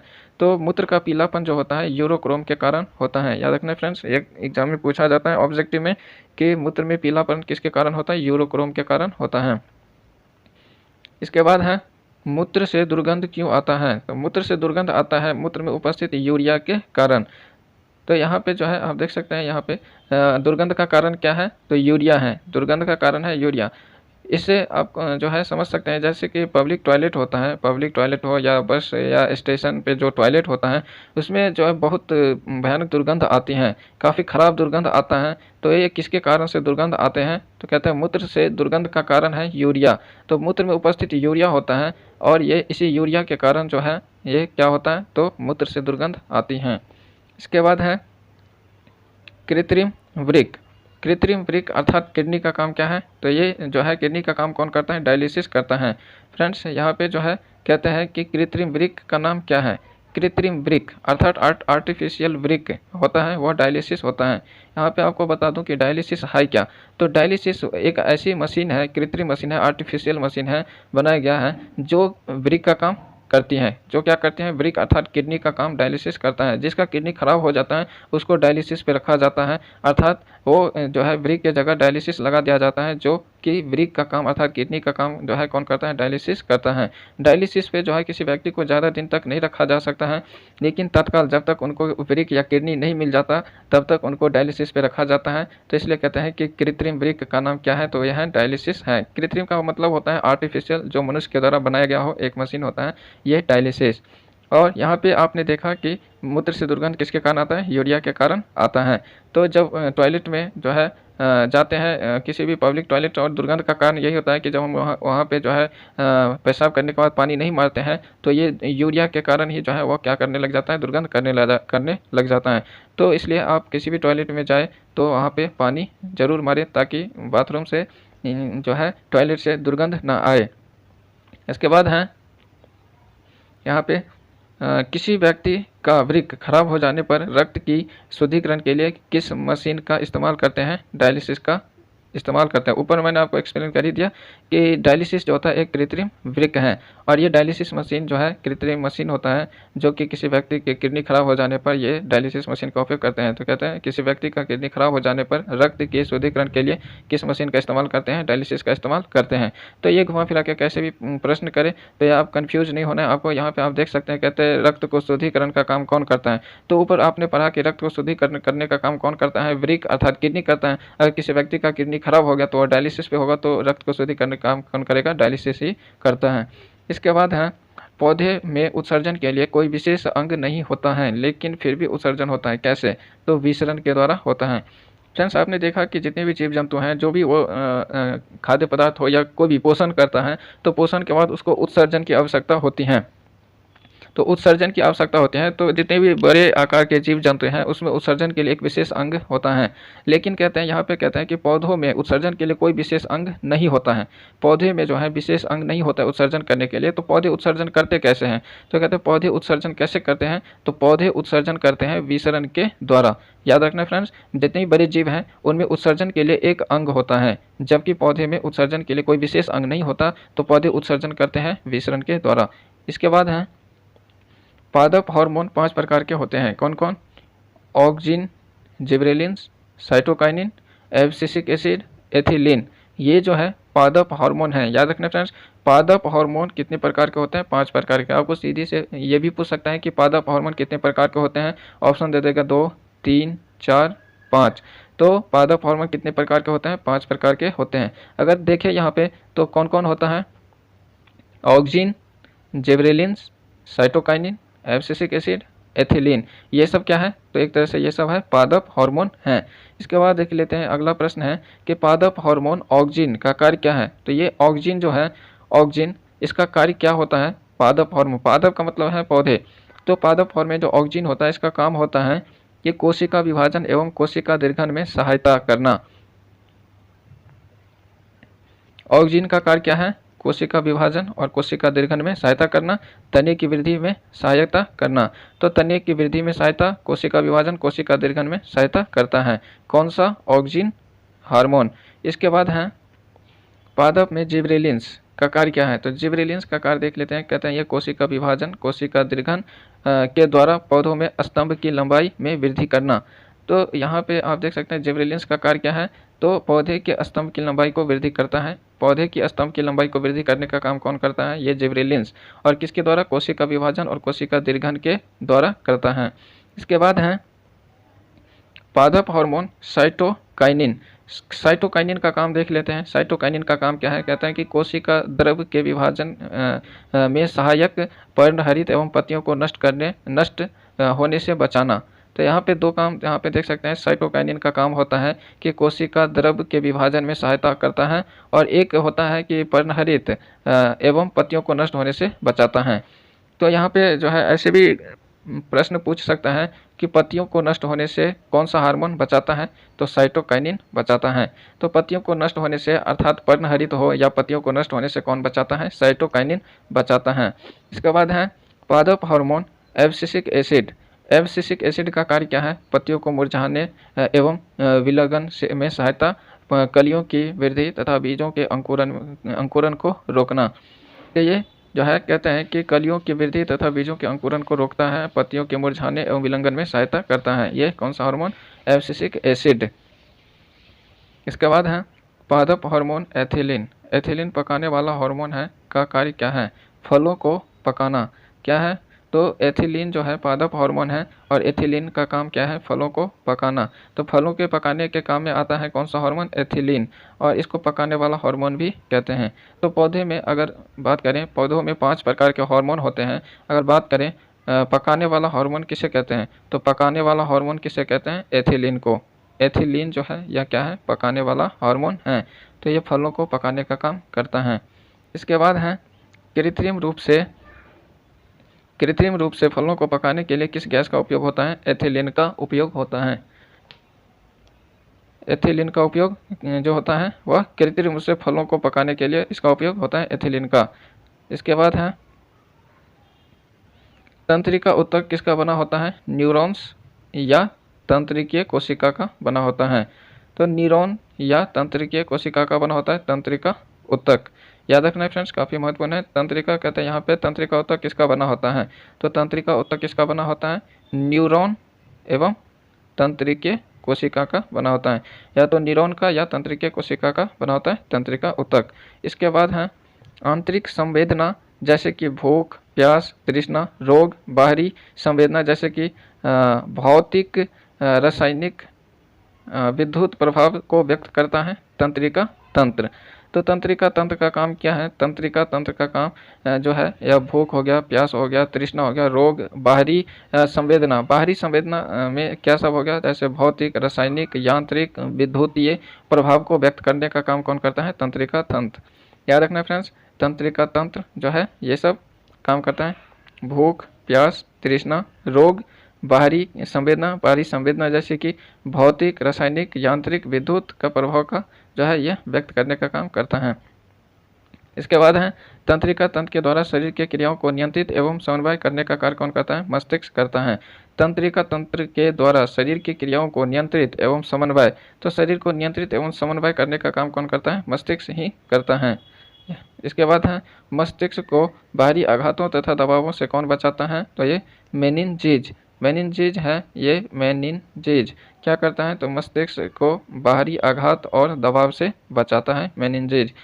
इसके बाद है एक वयस्क मनुष्य का मस्तिष्क का वजन कितना होता है? 1350 ग्राम लगभग होता है। एक वयस्क मनुष्य के शरीर में जो है मस्तिष्क होता है, तो मस्तिष्क का वजन कितना होता है? 1350 ग्राम लगभग होता है। काफ़ी महत्वपूर्ण है। इसके बाद है अगर लगभग की बात करें तो ये 1350 ग्राम लगभग 1.5 किलो के आसपास होता है। तो यहाँ पे जो है मस्तिष्क का वजन पूछा जाता है, याद रखना है 1350 ग्राम। इसके बाद मस्तिष्क 3 भागों में बटा है, कौन कौन? तो ये है अग्र मस्तिष्क, मध्य मस्तिष्क और पश्च मस्तिष्क। तो मस्तिष्क जो है वह 3 भागों में बटा है। मस्तिष्क कितने भागों में बटा है? 3 भागों में बटा है, कौन कौन? अग्र मस्तिष्क, मध्य मस्तिष्क और पश्च मस्तिष्क, ये तीनों याद रखना है आपको। इसके बाद देख लेते हैं क्या है। कहते हैं मस्तिष्क का सबसे बड़ा भाग का नाम क्या है? सेरिब्रम। मस्तिष्क का सबसे बड़ा भाग का नाम है सेरिब्रम। इसके बाद है सेरिब्रम का काम देख लेते हैं क्या करता है। तो ये सेरिब्रम जो है बुद्धि, चतुराई, स्मरण शक्ति, घृणा, प्रेम, भय, हर्ष, कष्ट, सोचने समझने की शक्ति, किसी कार्य को करने की प्रेरणा जैसे क्रियाओं का नियंत्रण एवं समन्वय जो है इसके द्वारा होता है। किसके द्वारा? सेरिब्रम के द्वारा। तो सेरिब्रम जो है क्या करता है फ्रेंड्स? सेरिब्रम जितने भी हमारे शरीर में जो है, जितने भी हमारे अंदर बुद्धि होता है, चतुराई होता है, स्मरण शक्ति जो होता है, घृणा हो गया, प्रेम हो गया, भय हो गया, हर्ष, कष्ट हो गया, सोचने समझने की शक्ति होता है, और हो गया जितने हमारे शरीर के अंदर जितने भी नियंत्रण और समन्वय करने का काम कौन करता है? ये सेरिब्रम करता है, आपको याद रखना है। इसके बाद है कम या अधिक ताप का आभास तथा दर्द और रोने जैसी क्रियाओं का नियंत्रण कौन करता है? तो ये करता है डायएनसेफेलॉन। डायएनसेफेलॉन का काम क्या है? तो डायएनसेफेलॉन का काम है कम या अधिक ताप का आभास होना। तो जब हम किसी वस्तु को छूते हैं या उसके तौल से हमें अंदाज़ा लगता है, महसूस करते हैं कि इसका ताप ज़्यादा है, कम है, तो ये जो है डायसेफेलॉन के मदद से ही हम इसका अनुभव कर पाते हैं। और जो है दर्द का कम होना, अधिक होना, रोने जैसी क्रियाओं का नियंत्रण करना, ये सब काम डायएनसेफेलॉन का है। किसका काम है? डायएनसेफेलॉन का। इसके बाद है संतुलन एवं आँख की पेशियों को नियंत्रित करने का काम कौन करता है? तो यह मध्य मस्तिष्क करता है। संतुलन एवं आँख की पेशियों को नियंत्रित करने का काम कौन करता है? मध्य मस्तिष्क करता है। इसके बाद है हृदय की धड़कन, रक्तचाप, श्वसन गति, खांसना, छींकना, उल्टी करना इत्यादि का नियंत्रण कौन करता है? Medulla oblongata. तो मेडुला ऑब्लंगेटा का काम क्या है? ये हृदय की धड़कन, रक्तचाप, श्वसन गति, खांसना, छींकना, उल्टी करना इत्यादि का काम जो है नियंत्रित करने का काम कौन करता है? Medulla oblongata. इसके बाद है चेतना, ज्ञान, सूचनाओं का भंडार कहाँ होता है? मस्तिष्क को कहते हैं। तो मस्तिष्क अर्थात ब्रेन जिसको बोलते हैं फ्रेंड्स, मस्तिष्क शरीर के सबसे मुख्य भाग होता है और यह यहीं पे जितने भी जो है चेतना होता है, ज्ञान होता है, सूचना का भंडार होता है, ये सारे कहाँ होता है? मस्तिष्क में ही होता है। इसके बाद है किस ग्रंथि को मास्टर ग्रंथि कहते हैं? प्यूटरिटरी ग्रंथि को मास्टर ग्रंथि कहते हैं। याद रखना फ्रेंड्स, प्यूटरिटरी ग्रंथि को ही मास्टर ग्रंथि कहते हैं। मास्टर ग्लैंड किसके बोलते हैं? प्यूटरिटरी ग्रंथि को। इसके बाद है थायराइड ग्रंथि कहाँ होता है? तो ये गला में होता है। थायराइड ग्रंथि गला में होता है अर्थात श्वास नली में होता है। गला अर्थात श्वास नली में थायराइड ग्रंथि होता है। तो थायराइड ग्रंथि में जो है आयोडीन की कमी से ही जो है ये थायराइड ग्रंथि प्रभावित होते हैं, जिसके कमी से कौन सा रोग होता है? तो ये जो है गलकंड रोग होता है। थायराइड ग्रंथि को प्रभावित करता है गलकंड में, जिससे क्या होता है? गला फूल जाता है। इसके बाद है यहाँ पे आयोडीन की कमी से कौन सा रोग होता है? तो घेघा या गलकंड रोग होता है। यहाँ पे मैंने आपको बता दिया कि गला में कौन से ग्लैंड होता है? थायराइड ग्लैंड होता है और आयोडीन की कमी से यही ग्लैंड प्रभावित होता है, थायराइड ग्रंथि प्रभावित होता है, जिससे कौन सा रोग हो जाता है? घेघा या गलकंड रोग होता है। इसमें गला फूल जाती है, घेघा या गलकंड। याद रखना फ्रेंड्स, काफ़ी महत्वपूर्ण है, यह पूछा जाता है एग्जाम में अक्सर कि आयोडीन की कमी से कौन सा रोग होता है? घेघा या गलकंड रोग होता है। इसके बाद है कौन सी ग्रंथि जो थायराइड ग्रंथि के पीछे मटर की आकृति जैसी होती हैं, जो रक्त के कैल्शियम की मात्रा को नियंत्रित करती हैं? तो यह है पाराथायराइड ग्रंथि। पाराथायराइड ग्रंथि क्या करता है फ्रेंड्स? पाराथायराइड ग्रंथि यह कैल्शियम की मात्रा को नियंत्रित करती हैं। तो आपको सीधी से प्रश्न आ सकता है कि कैल्शियम की मात्रा को नियंत्रित करने का काम कौन करता है? तो ये पाराथायराइड ग्रंथि करता है। और पाराथायराइड ग्रंथि कहाँ होता है? तो कहता है पाराथायराइड ग्रंथि जो होता है ये इसकी आकृति होती है मटर की आकृति जैसा होता है और ये ग्रंथि थायराइड ग्रंथि के पीछे होता है। कहाँ होता है? थायराइड ग्रंथि के पीछे मटर की आकृति जैसी होती हैं और इसका काम है कैल्शियम की मात्रा को नियंत्रित करना। ये पाराथायराइड ग्रंथि का काम है। इसके बाद है एड्रिनल ग्रंथि कहाँ होता है? एड्रिनल ग्रंथि वृक्क के ऊपरी सिरे पर होता है। वृक्क अर्थात किडनी के ऊपरी सिरे पर होता है एड्रिनल ग्रंथि। इसके बाद है एड्रिनल ग्रंथि को और क्या कहते हैं, तो सुप्रारीनल ग्लैंड कहते हैं। सुप्रारीनल ग्लैंड के नाम से जाना जाता है एड्रिनल ग्रंथि। इसके बाद है एड्रिनल ग्रंथि के कौन से दो भाग होते हैं, तो होता है कॉर्टेस और मेडुला। याद रखना है फ्रेंड्स, कॉर्टेस और मेडुला ये किसका भाग होता है, एड्रिनल ग्रंथि के दो भाग हैं, कॉर्टेस और मेडुला। इसके बाद है इंसुलिन की कमी से कौन सा रोग होता है, मधुमेह रोग होता है। मधुमेह अर्थात डायबिटीज, मधुमेह को डायबिटीज भी कहते हैं। इसलिए मधुमेह जो होता है यह इंसुलिन की कमी के कारण होता है। जब हमारे अग्नाशय में इंसुलिन की कमी हो जाती है तो ये जो है इससे क्या होता है, मधुमेह रोग होता है। इसके बाद है आनुवंशिक गुणों का वाहक होता है गुणसूत्र। आनुवंशिक गुण अर्थात पिता या दादा के गुण जो है, हमारे पूर्वज के गुण जो आ जाते हैं उनके वंश में, उनके पुत्र या पोते में आ जाते हैं, तो इन्हीं को आनुवंशिक गुण कहते हैं। और आनुवंशिक गुण का वाहक जो होता है वह गुणसूत्र होता है। वाहक अर्थात एक पीढ़ी से दूसरी पीढ़ी में जो गुणों को ट्रांसफर जो करता है वह किसके द्वारा होता है, गुणसूत्र के द्वारा होता है। इसके बाद है गुणसूत्र किसका बना होता है, तो गुणसूत्र जो है डीएनए और प्रोटीन का बना होता है। याद रखना फ्रेंड्स, काफ़ी महत्वपूर्ण है। गुणसूत्र किसका बना होता है, डीएनए एवं प्रोटीन का बना होता है। एक कोशिकीय जीव जैसे कि जीवाणु, अमीबा, युग्लिना आदि में जनन कैसे होता है, तो विखंडन के द्वारा होता है। फ्रेंड्स, आपने ऊपर पढ़ा जनन के बारे में। जनन वह क्रिया है जिसके द्वारा सभी जीव अपनी जनसंख्या में वृद्धि करते हैं। तो बड़े जीवों में जनन तो होता है, जो विपरीत लिंग भाग लेते हैं, दो विपरीत लिंग भाग लेकर के अपनी जनसंख्या में वृद्धि करते हैं। लेकिन यहाँ पे कहते हैं एक कोशिकीय जीव, एक कोशिकीय जीव जैसे कि हो गया जीवाणु, अमीबा, युग्लिना, जनन कहते हैं इस समय जनन कैसे होता है, तो ये इसमें जनन होता है विखंडन के द्वारा जनन होता है। इसके बाद है मुकुलन किस प्रकार का जनन है, मुकुलन जो है अलैंगिक जनन है। तो मुकुलन जो है अलैंगिक जनन है। इसके बाद है यीस्ट में जनन कैसे होता है, मुकुलन के द्वारा होता है। याद रखना फ्रेंड्स, मुकुलन एक अलैंगिक जनन है और ये जनन जो है मुकुलन में यीस्ट में होता है। यीस्ट में कैसा जनन होता है, तो कहता है मुकुलन के द्वारा होता है। इसके बाद है निम्न श्रेणी के जीव जैसे कि शैवाल, कवक, जीवाणु आदि में किस प्रकार का जनन होता है, कहते हैं बीजाणु जनन होता है। याद रखना फ्रेंड्स, ये सब प्रश्न अक्सर एग्जाम में देखने को मिलते हैं। कहते हैं कि शैवाल हो गया, कवक हो गया, जीवाणु हो गया, ये कहते हैं इसमें किस प्रकार के जनन देखने को मिलता है, तो बीजाणु जनन होता है। इसके बाद है जड़, तना, पत्ती आदि से विलग होकर एक नए पौधे का निर्माण होता है, इसे कायिक प्रवर्धन कहते हैं। इसके उदाहरण क्या है, तो इसके उदाहरण है गुलाब, अंगूर, ऑर्किड, सजावटी पौधे, ये सब जो है कायिक प्रवर्धन के उदाहरण हैं। तो यहाँ पे आपको बता दूं कि कायिक प्रवर्धन होता क्या है, तो कायिक प्रवर्धन भी एक जो है जनन के ही तरह है। कायिक प्रवर्धन क्या होता है, जैसे कि आपने देखा होगा गुलाब के फूल जो होता है या गुलाब के पेड़, तो गुलाब के पौधा जो होता है इसके डाली तोड़ के भी लगा लेने से जो है ये पौधे को डाली तोड़ के लगा लेने से ये गुलाब के पेड़ लग जाते हैं।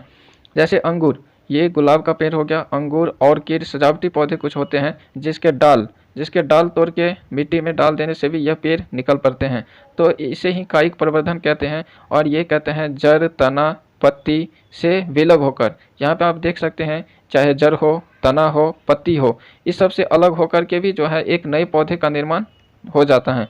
फ्रेंड्स, एक नए पौधे का निर्माण हो जाता है कैसे, चाहे जड़ हो, तना हो, पत्ती हो, इससे अलग होकर के एक नए पौधे का निर्माण हो जाता है। इसे क्या कहते हैं, कायिक प्रवर्धन कहते हैं। कायिक प्रवर्धन कहते हैं। और कायिक प्रवर्धन के उदाहरण क्या सब हैं, आप देख सकते हैं गुलाब का फूल, गुलाब के पेड़ लगाने के लिए आपको जरूरी है कि गुलाब का पेड़ ही आवश्यक है।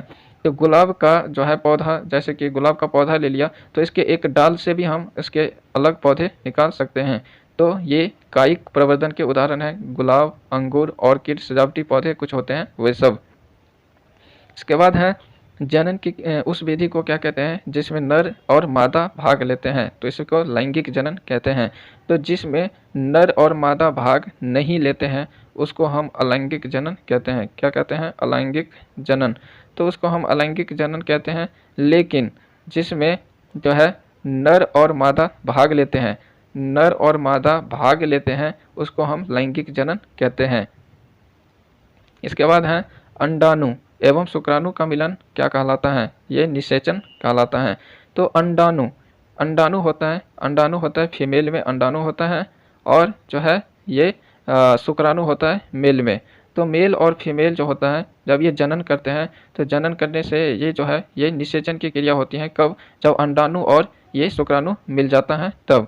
तो अंडाणु और शुक्राणु के मिलन को ही निषेचन कहते हैं। निषेचन अर्थात फर्टिलाइजेशन कहते हैं अंडाणु और शुक्राणु के मिलने से। और याद रखना है आपको, अंडाणु जो है किस में होगा, मादा में, अंडाणु होगा मादा में और शुक्राणु होगा जो है ये नर में, अर्थात ये फीमेल और ये मेल। तो ये आपको याद रखना है। इसके बाद है पौधे का जनन अंग क्या है, पुष्प। ये काफ़ी महत्वपूर्ण प्रश्न है, ये अक्सर एग्जाम में पूछा जाता है कि पौधे का जनन अंग कौन सा है, तो ये पुष्प होता है। फ्रेंड्स ये जो है पुष्प, जिसको हम फूल कहते हैं, पुष्प अर्थात फूल जो होता है यह पौधे का जनन अंग है। काफ़ी महत्वपूर्ण प्रश्न है, इसको याद रखना है आपको। इसके बाद है पुष्प का वास्तविक नर भाग क्या है, पुंकेसर अथवा पुमंग। तो पुंकेसर को हम पुमंग भी कहते हैं, और पुमंग या पुंकेसर जो है क्या होता है, पुष्प का वास्तविक नर भाग है। तो नर भाग मतलब मेल पार्ट अर्थात नर भाग है ये किसी पुष्प का, फूल का कौन सा होता है, पुंकेसर। तो यहाँ पे आप जो है याद रख सकते हैं, फूल का जो नर भाग होता है वह पुंकेसर होता है। इसके बाद है भ्रूण विज्ञान को क्या कहते हैं, एम्ब्रियोलॉजी। भ्रूण विज्ञान के अध्ययन को या भ्रूण विज्ञान को क्या कहते हैं, एम्ब्रियोलॉजी। भ्रूण अर्थात, भ्रूण का तात्पर्य क्या है फ्रेंड्स, आपने सुना होगा भ्रूण का नाम। तो भ्रूण अर्थात जब गर्भ में ही जब बच्चे का जो है जब बच्चे पलते रहते हैं गर्भ में, इसे ही क्या कहते हैं, तो उसे भ्रूण कहते हैं। और भ्रूण विज्ञान को क्या कहते हैं, एम्ब्रियोलॉजी। इसके बाद है पुरुष का सबसे प्रमुख जनन अंग क्या है, वृषण। तो पुरुष का सबसे प्रमुख जनन अंग है वृषण, याद रखना। इसके बाद है शुक्राणु कहाँ बनते हैं, शुक्राणु वृषण में ही बनते हैं। तो पुरुष का सबसे महत्वपूर्ण जनन अंग है वृषण, और शुक्राणु का जो निर्माण होता है वह वृषण में ही होता है। तो महिला में होता है अंडाणु और ये पुरुष में होता है शुक्राणु। शुक्राणु कहाँ बनते हैं, वृषण में। इसके बाद है किसके कारण वीर्य में विशेष गंध होती है, तो यह पुरस्थ द्रव के कारण होता है। वीर्य जिसको हम स्पर्म बोलते हैं अंग्रेजी में, तो ये वीर्य जो होता है जिसको हम स्पर्म बोलते हैं, इसमें एक गंध आती है। क्या होती है, एक गंध होती है, गंध। और ये गंध का कारण क्या होता है, पुरस्थ द्रव के कारण गंध आता है, पुरस्थ द्रव्य के कारण। याद रखना फ्रेंड्स, काफ़ी महत्वपूर्ण है। इसके बाद है पुरुष का मैथुन अंग क्या है, तो यह है शिश्न। तो पुरुष का मैथुन अंग जो होता है वो होता है शिश्न, याद रखना। ये सब एग्जाम में अक्सर पूछा जाता है कि पुरुष का मैथुन अंग क्या है, शिश्न है। इसके बाद है बैक्टीरिया जनित रोग कौन सा है, तो बैक्टीरिया से होने वाले रोग जो है वह है गोनोरिया, सिफिलिस, यूरोथ्राइटिस, सर्विसाइटिस। ये सब जो है बैक्टीरिया से होने वाले रोग हैं। तो एक बार और देख लेते हैं कि बैक्टीरिया से होने वाले रोग कौन कौन से हैं। ये सब जो है एग्जाम में देखने को मिलते हैं। बैक्टीरिया से होने वाले रोग हैं गोनोरिया, सिफिलिस, यूरेथ्राइटिस, सर्विसाइटिस। इसके बाद है वायरस जनित रोग। वायरस जनित रोग जो है, जो वायरस से होता है अर्थात विषाणु, वायरस अर्थात विषाणु से होने वाले रोग कौन से हैं, एड्स, हर्पिस, सर्विस कैंसर। तो एड्स, हर्पिस और सर्विस कैंसर जो है ये कैसे होता है, तो वायरस से होता है। इसके बाद प्रोटोजोआ जनित रोग हैं। तो प्रोटोजोआ से होने वाले रोग कौन है, ट्राइकोमोनियसिस, ये प्रोटोजोआ से होने वाले रोग हैं। इसके बाद है एड्स, किस वायरस के कारण होता है। एड्स जो होता है वह HIV वायरस के कारण होता है, और ये इसका जो है HIV का फुल फॉर्म होता है ह्यूमन इम्यूनो डिफिशियंसी ये वायरस। HIV का फुल फॉर्म पूछा जाता है फ्रेंड्स, याद रखना है आपको। HIV का फुल फॉर्म क्या होता है, ह्यूमन इम्यूनो डिफिशियंसी वायरस। ये वायरस के कारण होता है एड्स। ये एड्स काफ़ी खतरनाक होता है, और ये इसमें क्या होता है, रोग प्रतिरोधक क्षमता जो है कम हो जाता है, अर्थात खत्म हो जाता है रोग प्रतिरोधक क्षमता। एड्स की बात करें तो एड्स का फुल फॉर्म होता है AIDS होता है, इसका फुल फॉर्म होता है एक्वायर्ड इम्यूनो डिफिशियंसी सिंड्रोम। ये एड्स का फुल फॉर्म है। इसके बाद है यहाँ पे आप देख सकते हैं एड्स का फुल फॉर्म यहाँ पे है एक्वायर्ड इम्यूनो डिफिशियंसी सिंड्रोम। याद रखना फ्रेंड्स, ये दोनों फुल फॉर्म पूछा जाता है, HIV का और एड्स का। HIV और एड्स का फुल फॉर्म आपको याद रखना है किसी भी हालत में। HIV का फुल फॉर्म होता है ह्यूमन इम्यूनो डिफिशियंसी सिंड्रोम, ये वायरस। HIV का फुल फॉर्म होता है ह्यूमन इम्यूनो डिफिशियंसी वायरस। और एड्स का फुल फॉर्म होता है एक्वायर्ड इम्यूनो डिफिशियंसी सिंड्रोम। ये दोनों फुल फॉर्म याद रखना आपको। इसके बाद है जनसंख्या नियंत्रण के कुछ प्रमुख उपाय क्या है? Condom, copper T, diaphragm, loop, MTP, नसबंदी, ये सब जनसंख्या नियंत्रण के कुछ उपाय हैं। तो ये जो है काफ़ी महत्वपूर्ण है प्रश्न। जनसंख्या नियंत्रण के कुछ प्रमुख उपाय के बारे में जो है पूछा जाता है, और ये जो है अक्सर दीर्घ उत्तर में भी पूछा जाता है। आपको याद रखना है, दीर्घ उत्तरीय प्रश्न में भी हमें देखने को कैसे प्रश्न मिलते हैं कि जनसंख्या नियंत्रण के क्या क्या उपाय हैं। तो फ्रेंड्स याद रखना है, जनसंख्या नियंत्रण के कॉन्डम के माध्यम से भी जनसंख्या नियंत्रण की जा सकती है। एक होता है कॉपर टी जो कि योनि में फिट किया जाता है। ये कॉपर टी के आकार के होने के कारण जो है इसको कॉपर टी नाम दिया गया है। कॉपर टी के द्वारा भी जनसंख्या नियंत्रण होगा। और डायाफ्राम एक हो गया लूप, और ये है एमटीपी और एक नसबंदी। तो नसबंदी, ये सब जो है कुछ जनसंख्या नियंत्रण के उपाय हैं। इसके बाद है पुरुष नसबंदी को क्या कहते हैं? बेसेक्टोमी। और स्त्री नसबंदी को क्या कहते हैं? ट्यूबेक्टोमी। याद रखना फ्रेंड्स। तो ये जो है काफ़ी जो है पूछा जाता है कि पुरुष नसबंदी को क्या कहते हैं? बेसेक्टोमी। और स्त्रियों की नसबंदी को कहते हैं ट्यूबेक्टोमी। तो ये ट्यूबेक्टोमी से आप याद रख सकते हैं कि स्त्रियों में एक होता है फैलोपियन ट्यूब होता है। फैलोपियन ट्यूब के माध्यम से ही जो है ये अंडाणु बाहर आते हैं, और इसी को जो है जब बंद कर दिया जाता है नसबंदी के माध्यम से, तो इसको जो है ट्यूबेक्टोमी कहते हैं। स्त्रियों की नसबंदी को क्या कहते हैं? ट्यूबेक्टोमी। और पुरुष की नसबंदी को कहते हैं बेसेक्टोमी। ये दोनों आपको याद रखना है, काफ़ी महत्वपूर्ण हैं। इसके बाद है जीवों के वंशागत गुणों के निर्धारक कौन है? जीन। तो जीवों के वंशागत गुणों के निर्धारक होता है जीन होता है। इसके बाद है माता पिता के गुणों का उनके बच्चों में संचरण क्या कहलाता है? आनुवांशिकता कहलाता है। तो ये आनुवांशिकता काफ़ी आसान प्रश्न है, अगर आ जाए तो आपको छोड़ना नहीं है, चाहे लघु उत्तरीय दीर्घ उत्तरीय में पूछे या ऑब्जेक्टिव में पूछे। आनुवांशिक ऐसा गुण होता है जो अपने जो है पूर्वज अर्थात जो है पिता हो, दादा हो या परदादा हो, तो उनके जो गुण माता पिता के गुण, माता पिता हो या दादा दादी हो के गुण मतलब जो है उनके बच्चों में आ जाते हैं। तो उनके गुण जो बच्चे में संचरण होते हैं, एक पीढ़ी से दूसरी पीढ़ी में स्थानांतरित होते हैं, इसे ही आनुवांशिकता कहते हैं। आनुवांशिकता जो है ये है माता पिता के गुण अपने उसके बच्चों में या उनके पोते में स्थानांतरित होना, पोते पोती में जो है आ जाना। इसके बाद है आनुवंशिकी का पिता किसे कहते हैं? तो ग्रेगर और जॉन मेंडल को कहते हैं। आनुवंशिकी का पिता किसे कहते हैं? ग्रेगर और जॉन मेंडल को कहते हैं, याद रखना फ्रेंड्स।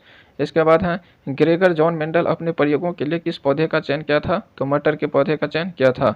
ग्रेगर और जॉन मेंडल ने अपने प्रयोग में किस पौधे का जो है चयन किया था? मटर के पौधे का चयन किया था। और आनुवंशिकता के पिता कहते हैं ग्रेगर और जॉन मेंडल को।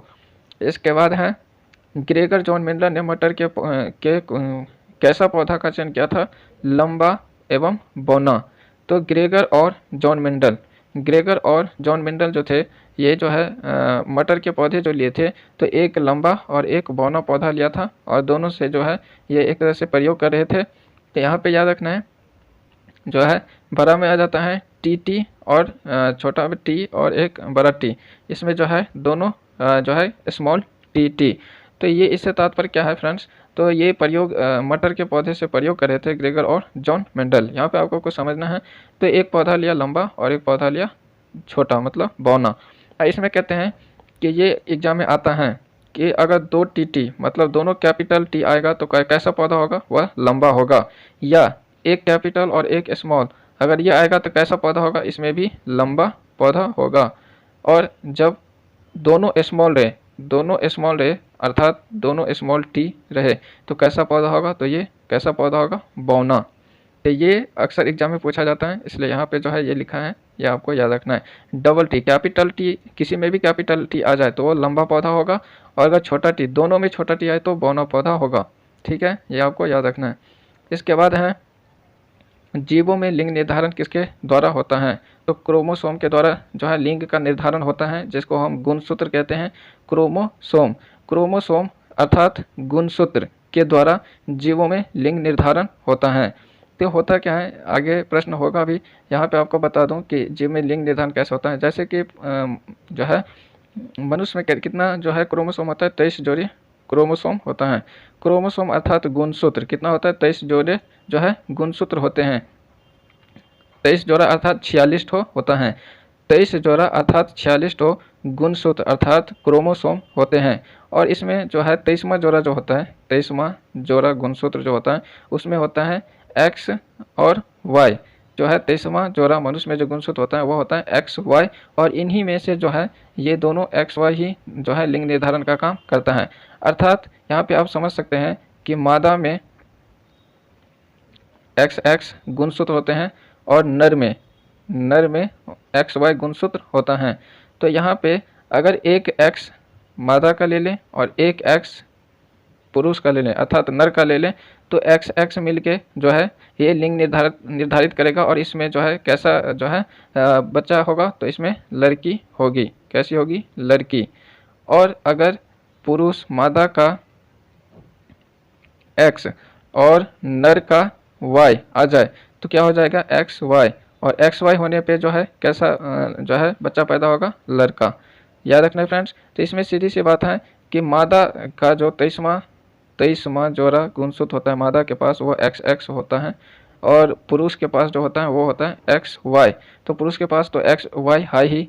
अब यहाँ पे याद रखना है एक्स एक्स गुणसूत्र मिल जाएगा तो कैसा जो है बच्चा पैदा होगा? वो लड़की होगी। और एक्स वाई होने पे कैसा होगा? लड़का।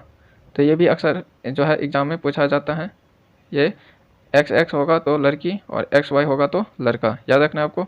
इसके बाद यहाँ पे देख लेते हैं प्रश्न, यहाँ पे आपको बेहतर समझ में आएगा। ऊपर मैंने एक्सप्लेन भी कर दिया, यहाँ पे प्रश्न भी है कि मनुष्य में 22 जोड़े क्रोमोसोम होते हैं, गुणसूत्र एक ही प्रकार के होते हैं, जबकि 23वां जोड़ा क्रोमोसोम भिन्न आकार के होते हैं अर्थात लिंग क्रोमोसोम कहते हैं। तो यहाँ पे ऊपर आपने देखा कि मनुष्य में कितने जोड़े क्रोमोसोम होते हैं? 23 जोड़े होते हैं। तो 23 जोड़े में 22 जोड़े जो होते हैं क्रोमोसोम वह एक ही प्रकार के होते हैं, जबकि 23वां जोड़ा क्रोमोसोम जो होता है 23वां जोड़ा क्रोमोसोम वह अलग प्रकार के होते हैं, भिन्न आकार के होते हैं अर्थात उसको हम क्या कहते हैं? लिंग क्रोमोसोम कहते हैं। तो यहाँ पे आपका ये प्रश्न भी आ सकता है कि 23वां क्रोमोसोम कौन सा क्रोमोसोम होता है? लिंग क्रोमोसोम कहते हैं इसको। लिंग क्रोमोसोम कहते हैं जिसमें क्या होता है? एक्स वाई होता है। तो यहाँ पे प्रश्न है कि नर में 23वां जोड़ा क्रोमोसोम कौन सा होता है? X Y. नर के पास एक्स वाई होता है, मादा के पास जो 23वां जोड़ा क्रोमोसोम होता है वह एक्स एक्स होता है। ऊपर मैंने आपको बता दिया नर में एक्स वाई, मादा में एक्स एक्स, और इसी के द्वारा जो है लिंग निर्धारण होता है। तो बच्चे का लिंग निर्धारण होता है पिता के गुणसूत्र से अर्थात एक्स वाई से। तो किसी भी बच्चे का जो गुणसूत्र निर्धारित होता है वह पिता के गुणसूत्र से ही बच्चे का लिंग निर्धारण होता है। याद रखना फ्रेंड्स, ये काफ़ी महत्वपूर्ण प्रश्न। कहते हैं कि किसी बच्चे का लिंग निर्धारण से तात्पर्य क्या है? लिंग निर्धारण से तात्पर्य है कि बच्चे जो है लड़का होगा या लड़की। तो बच्चे लड़का होगा या लड़की, इसका तात्पर्य क्या है? तो ये पिता के गुणसूत्र से जो है ये लिंग निर्धारण होता है। किसे? पिता के गुणसूत्र से। और पिता के पास गुणसूत्र क्या होता है? X Y. पिता के पास गुणसूत्र होता है एक्स वाई, इसी के द्वारा बच्चे का लिंग निर्धारण होता है। यहाँ पे आप देख सकते हैं एक्स एक्स गुणसूत्र से लड़की और एक्स वाई गुणसूत्र से लड़का पैदा होगा। ऊपर मैंने आपको बता भी दिया एक्स एक्स से लड़की पैदा होगी और एक्स वाई से लड़का पैदा होगा। इसके बाद है जैव विकास सबसे पहले किसे समझाया? लामार्क ने। जैव विकास को सबसे पहले किसने समझाया? लामार्क ने समझाया। प्राकृतिक चुनाव द्वारा जीवों का विकास की व्याख्या किसने की? तो चार्ल्स रॉबर्ट डार्विन ने। जैव विकास को सबसे पहले लामार्क ने समझाया। प्राकृतिक चुनाव द्वारा जीवों का विकास की व्याख्या किसने किया? चार्ल्स रॉबर्ट डार्विन, अर्थात चार्ल्स डार्विन भी बोलते हैं इनको। चार्ल्स डार्विन ने प्राकृतिक चुनाव के द्वारा जीवों का विकास की व्याख्या किया था। फ्रांसीसी वैज्ञानिक लामार्क ने सबसे पहले 1809 ईस्वी में जैव विकास को अपनी पुस्तक में प्रकाशित किया। कहते हैं किस पुस्तक में प्रकाशित किया? तो फिलोसफिक जूलॉजी में।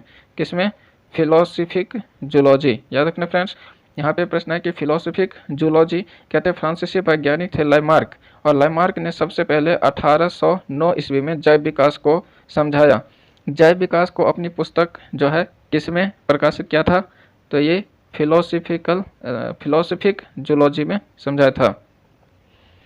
इसके बाद है फ्रांसीसी वैज्ञानिक लामार्क ने जो है सबसे पहले जो है 1809 में जैव विकास को अपनी किस पुस्तक में जो है प्रकाशित किया था? जैव विकास को फिलोसफिक जूलॉजी में प्रकाशित किया था।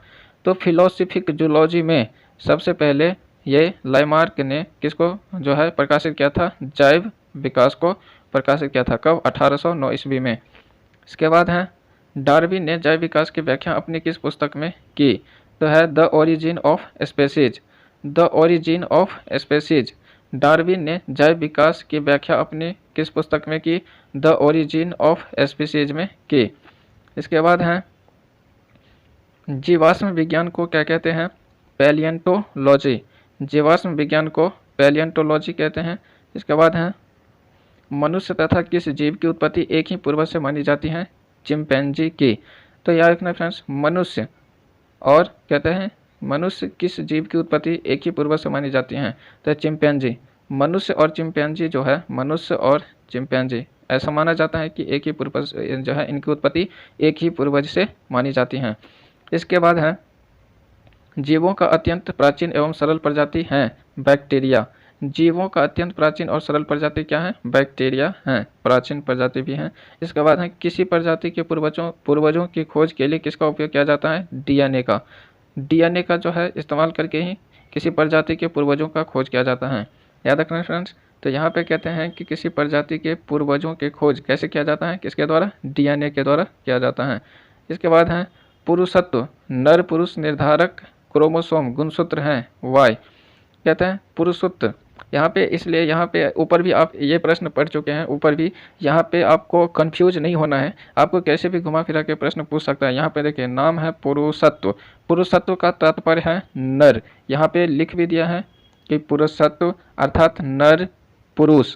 नर पुरुष, नर पुरुष, पुरुषत्व तीनों में से कोई भी रहे। कहते हैं निर्धारक क्रोमोसोम है तो कौन है? वाई। वाई ही निर्धारित करता है ये पुरुषत्व अथवा नर क्रोमोसोम का। इसके बाद है मादा निर्धारक क्रोमोसोम है एक्स।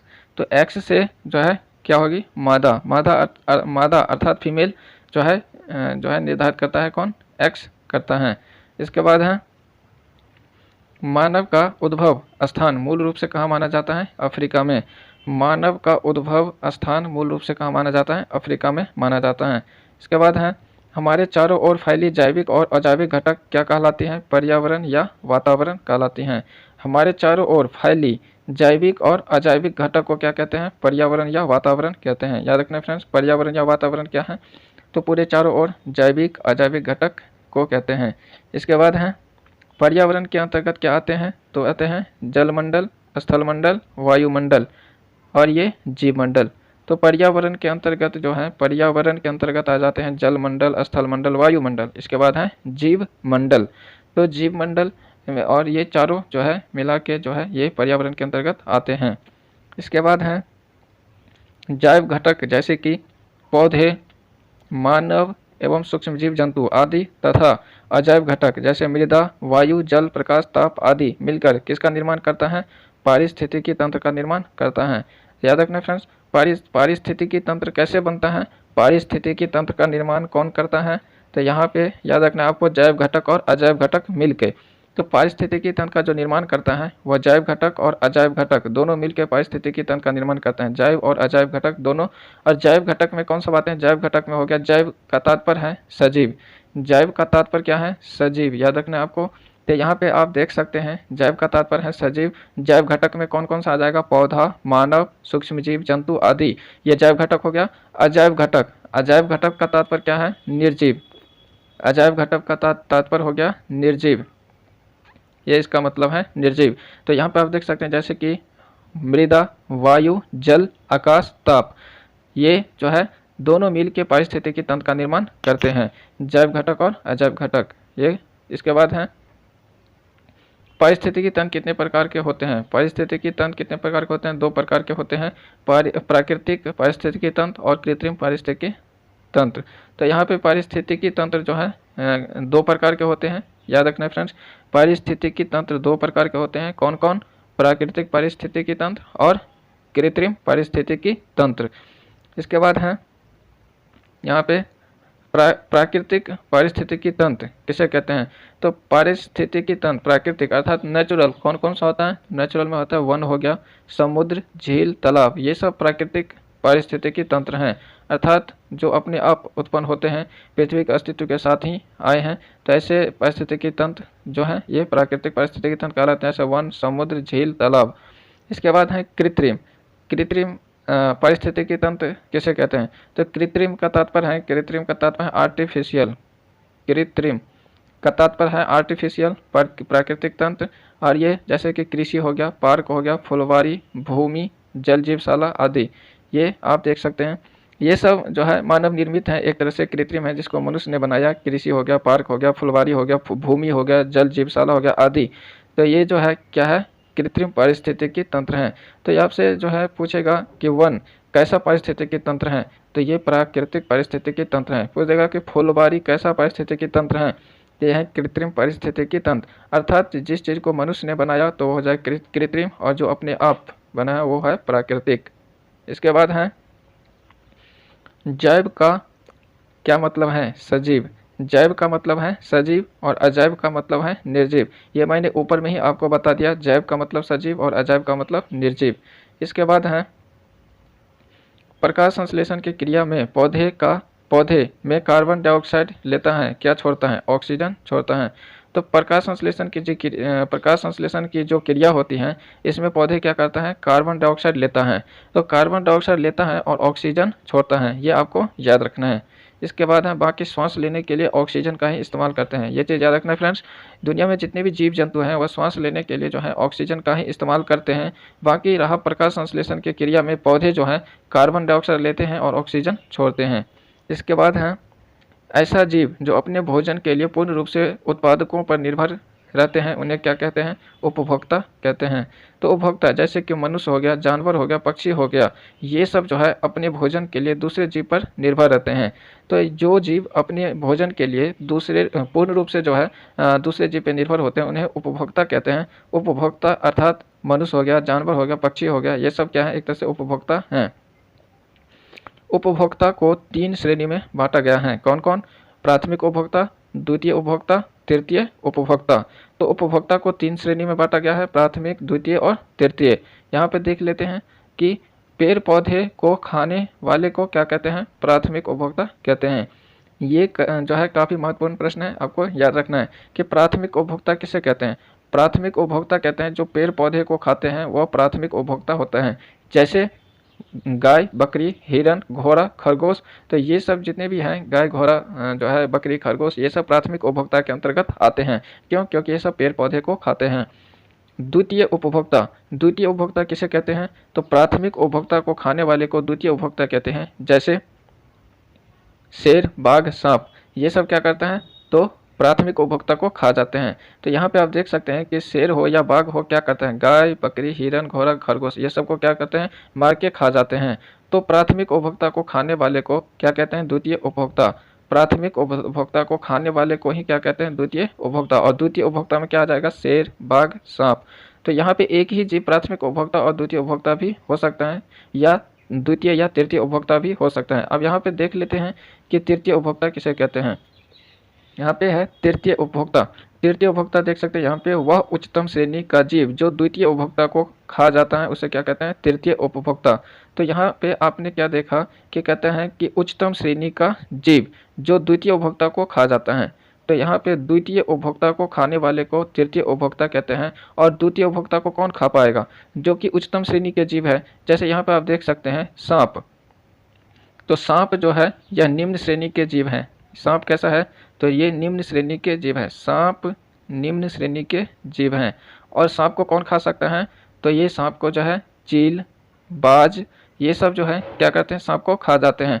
तो हम बोल सकते हैं कि तृतीय उपभोक्ता के लिए अंतर्गत कौन आ जाएगा? चील, बाज, ये सब जो है तृतीय उपभोक्ता के अंतर्गत आ जाएगा। तो तृतीय उपभोक्ता हम कह सकते हैं कि द्वितीय उपभोक्ता को खाने वाले को तृतीय उपभोक्ता कहते हैं। ठीक है। इसके बाद है शाकाहारी जीव किस श्रेणी में आते हैं? प्राथमिक उपभोक्ता के श्रेणी में आते हैं। शाकाहारी जीव जो है, शाकाहारी जीव प्राथमिक उपभोक्ता के श्रेणी में आते हैं। तो यहाँ पे आपने देखा शाकाहारी जीव, यहाँ पे शाकाहारी जीव, शाकाहारी जो है पेड़ पौधे को, घास फूस को खा करके रहते हैं। जैसे गाय, बकरी, हिरन, घोड़ा, खरगोश, ये सब प्राथमिक उपभोक्ता हैं और एक तरह से शाकाहारी जीव भी हैं। तो यहाँ पे कहते हैं कि शाकाहारी जीव किसके अंतर्गत आएगा? तो प्राथमिक उपभोक्ता के अंतर्गत आएगा। मांसाहारी जीव किसके अंतर्गत आएगा? द्वितीय उपभोक्ता के अंतर्गत आएगा। तो यहाँ पे प्रश्न है कि मांसाहारी जीव किस श्रेणी में आते हैं? द्वितीय उपभोक्ता की श्रेणी में और तृतीय उपभोक्ता की श्रेणी में आते हैं।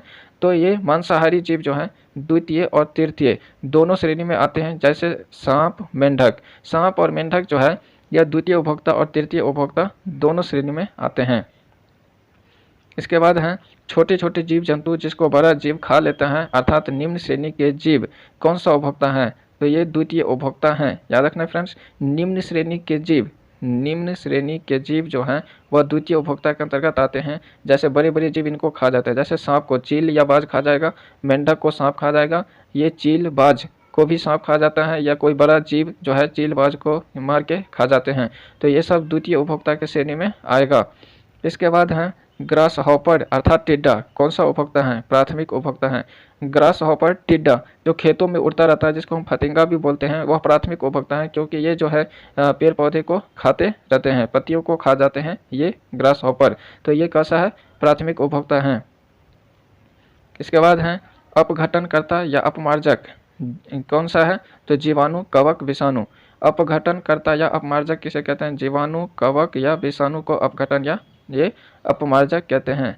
इसके बाद हैं आहार श्रृंखला का उदाहरण।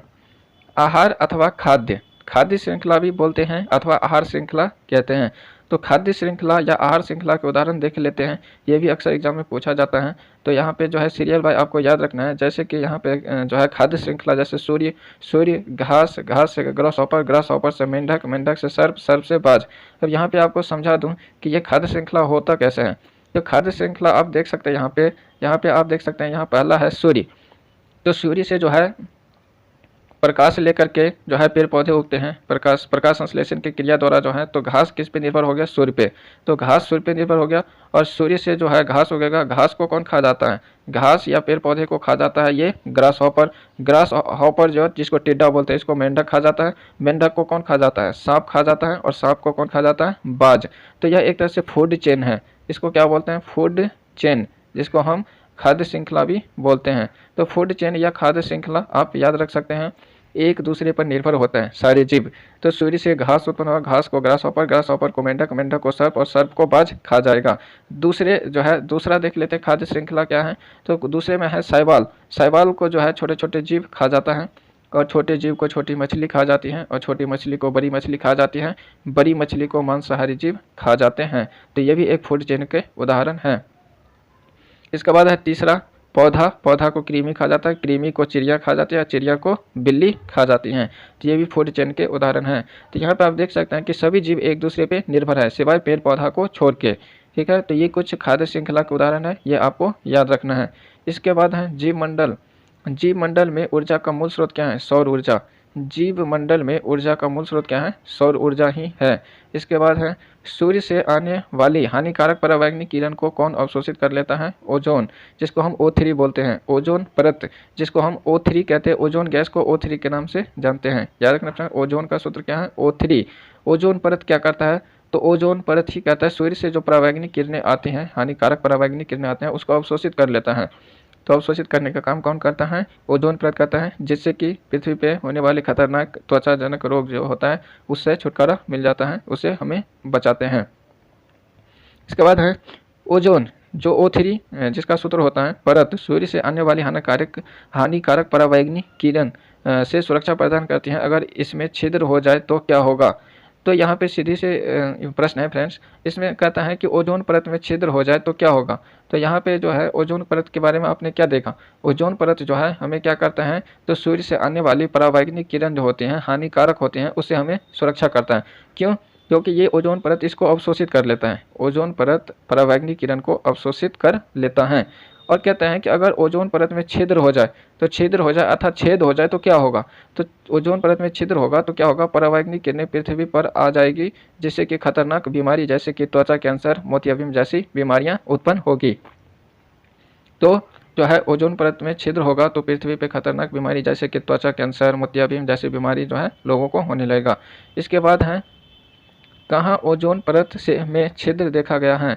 तो ओजोन परत में छिद्र अंटार्कटिका के ऊपर देखा गया है। ओजोन परत में छिद्र कहाँ पे देखा गया है? अंटार्कटिका के ऊपर देखा गया है। इसके बाद है ओजोन छिद्र के लिए जिम्मेदार गैस हैं क्लोरोफ्लोरोकार्बन। क्लोरोफ्लोरोकार्बन अथवा CFC जिसको बोलते हैं CFC क्लोरोफ्लोरोकार्बन, या ओजोन छिद्र में जो है ओजोन परत में जो छिद्र हो जाता है उसके लिए जिम्मेदार गैस हैं। तो ओजोन परत में जो छिद्र हो जाता है उसके लिए जिम्मेदार गैस कौन सी है? क्लोरोफ्लोरोकार्बन। तो ये थे कुछ महत्वपूर्ण बायोलॉजी के जो है प्रश्न। इससे जो है उम्मीद है कि आपको काफ़ी फ़ायदा होगा बोर्ड के एग्ज़ाम में। इसको आपको 2 से 3 बार देखना है और एग्ज़ाम देने से पहले एक बार ज़रूर इस वीडियो को देख के जाएँ, ताकि आपको जो है बोर्ड परीक्षा में काफ़ी जो है फ़ायदा मिले और अधिक से अधिक नंबर आप ला सको। इसलिए मैं क्या करूँगा कि फिजिक्स, केमिस्ट्री, बायोलॉजी अर्थात साइंस का मैं सारे वीडियो को मर्ज करके एक वीडियो बना दूँगा। ये आपको जो है देखना है।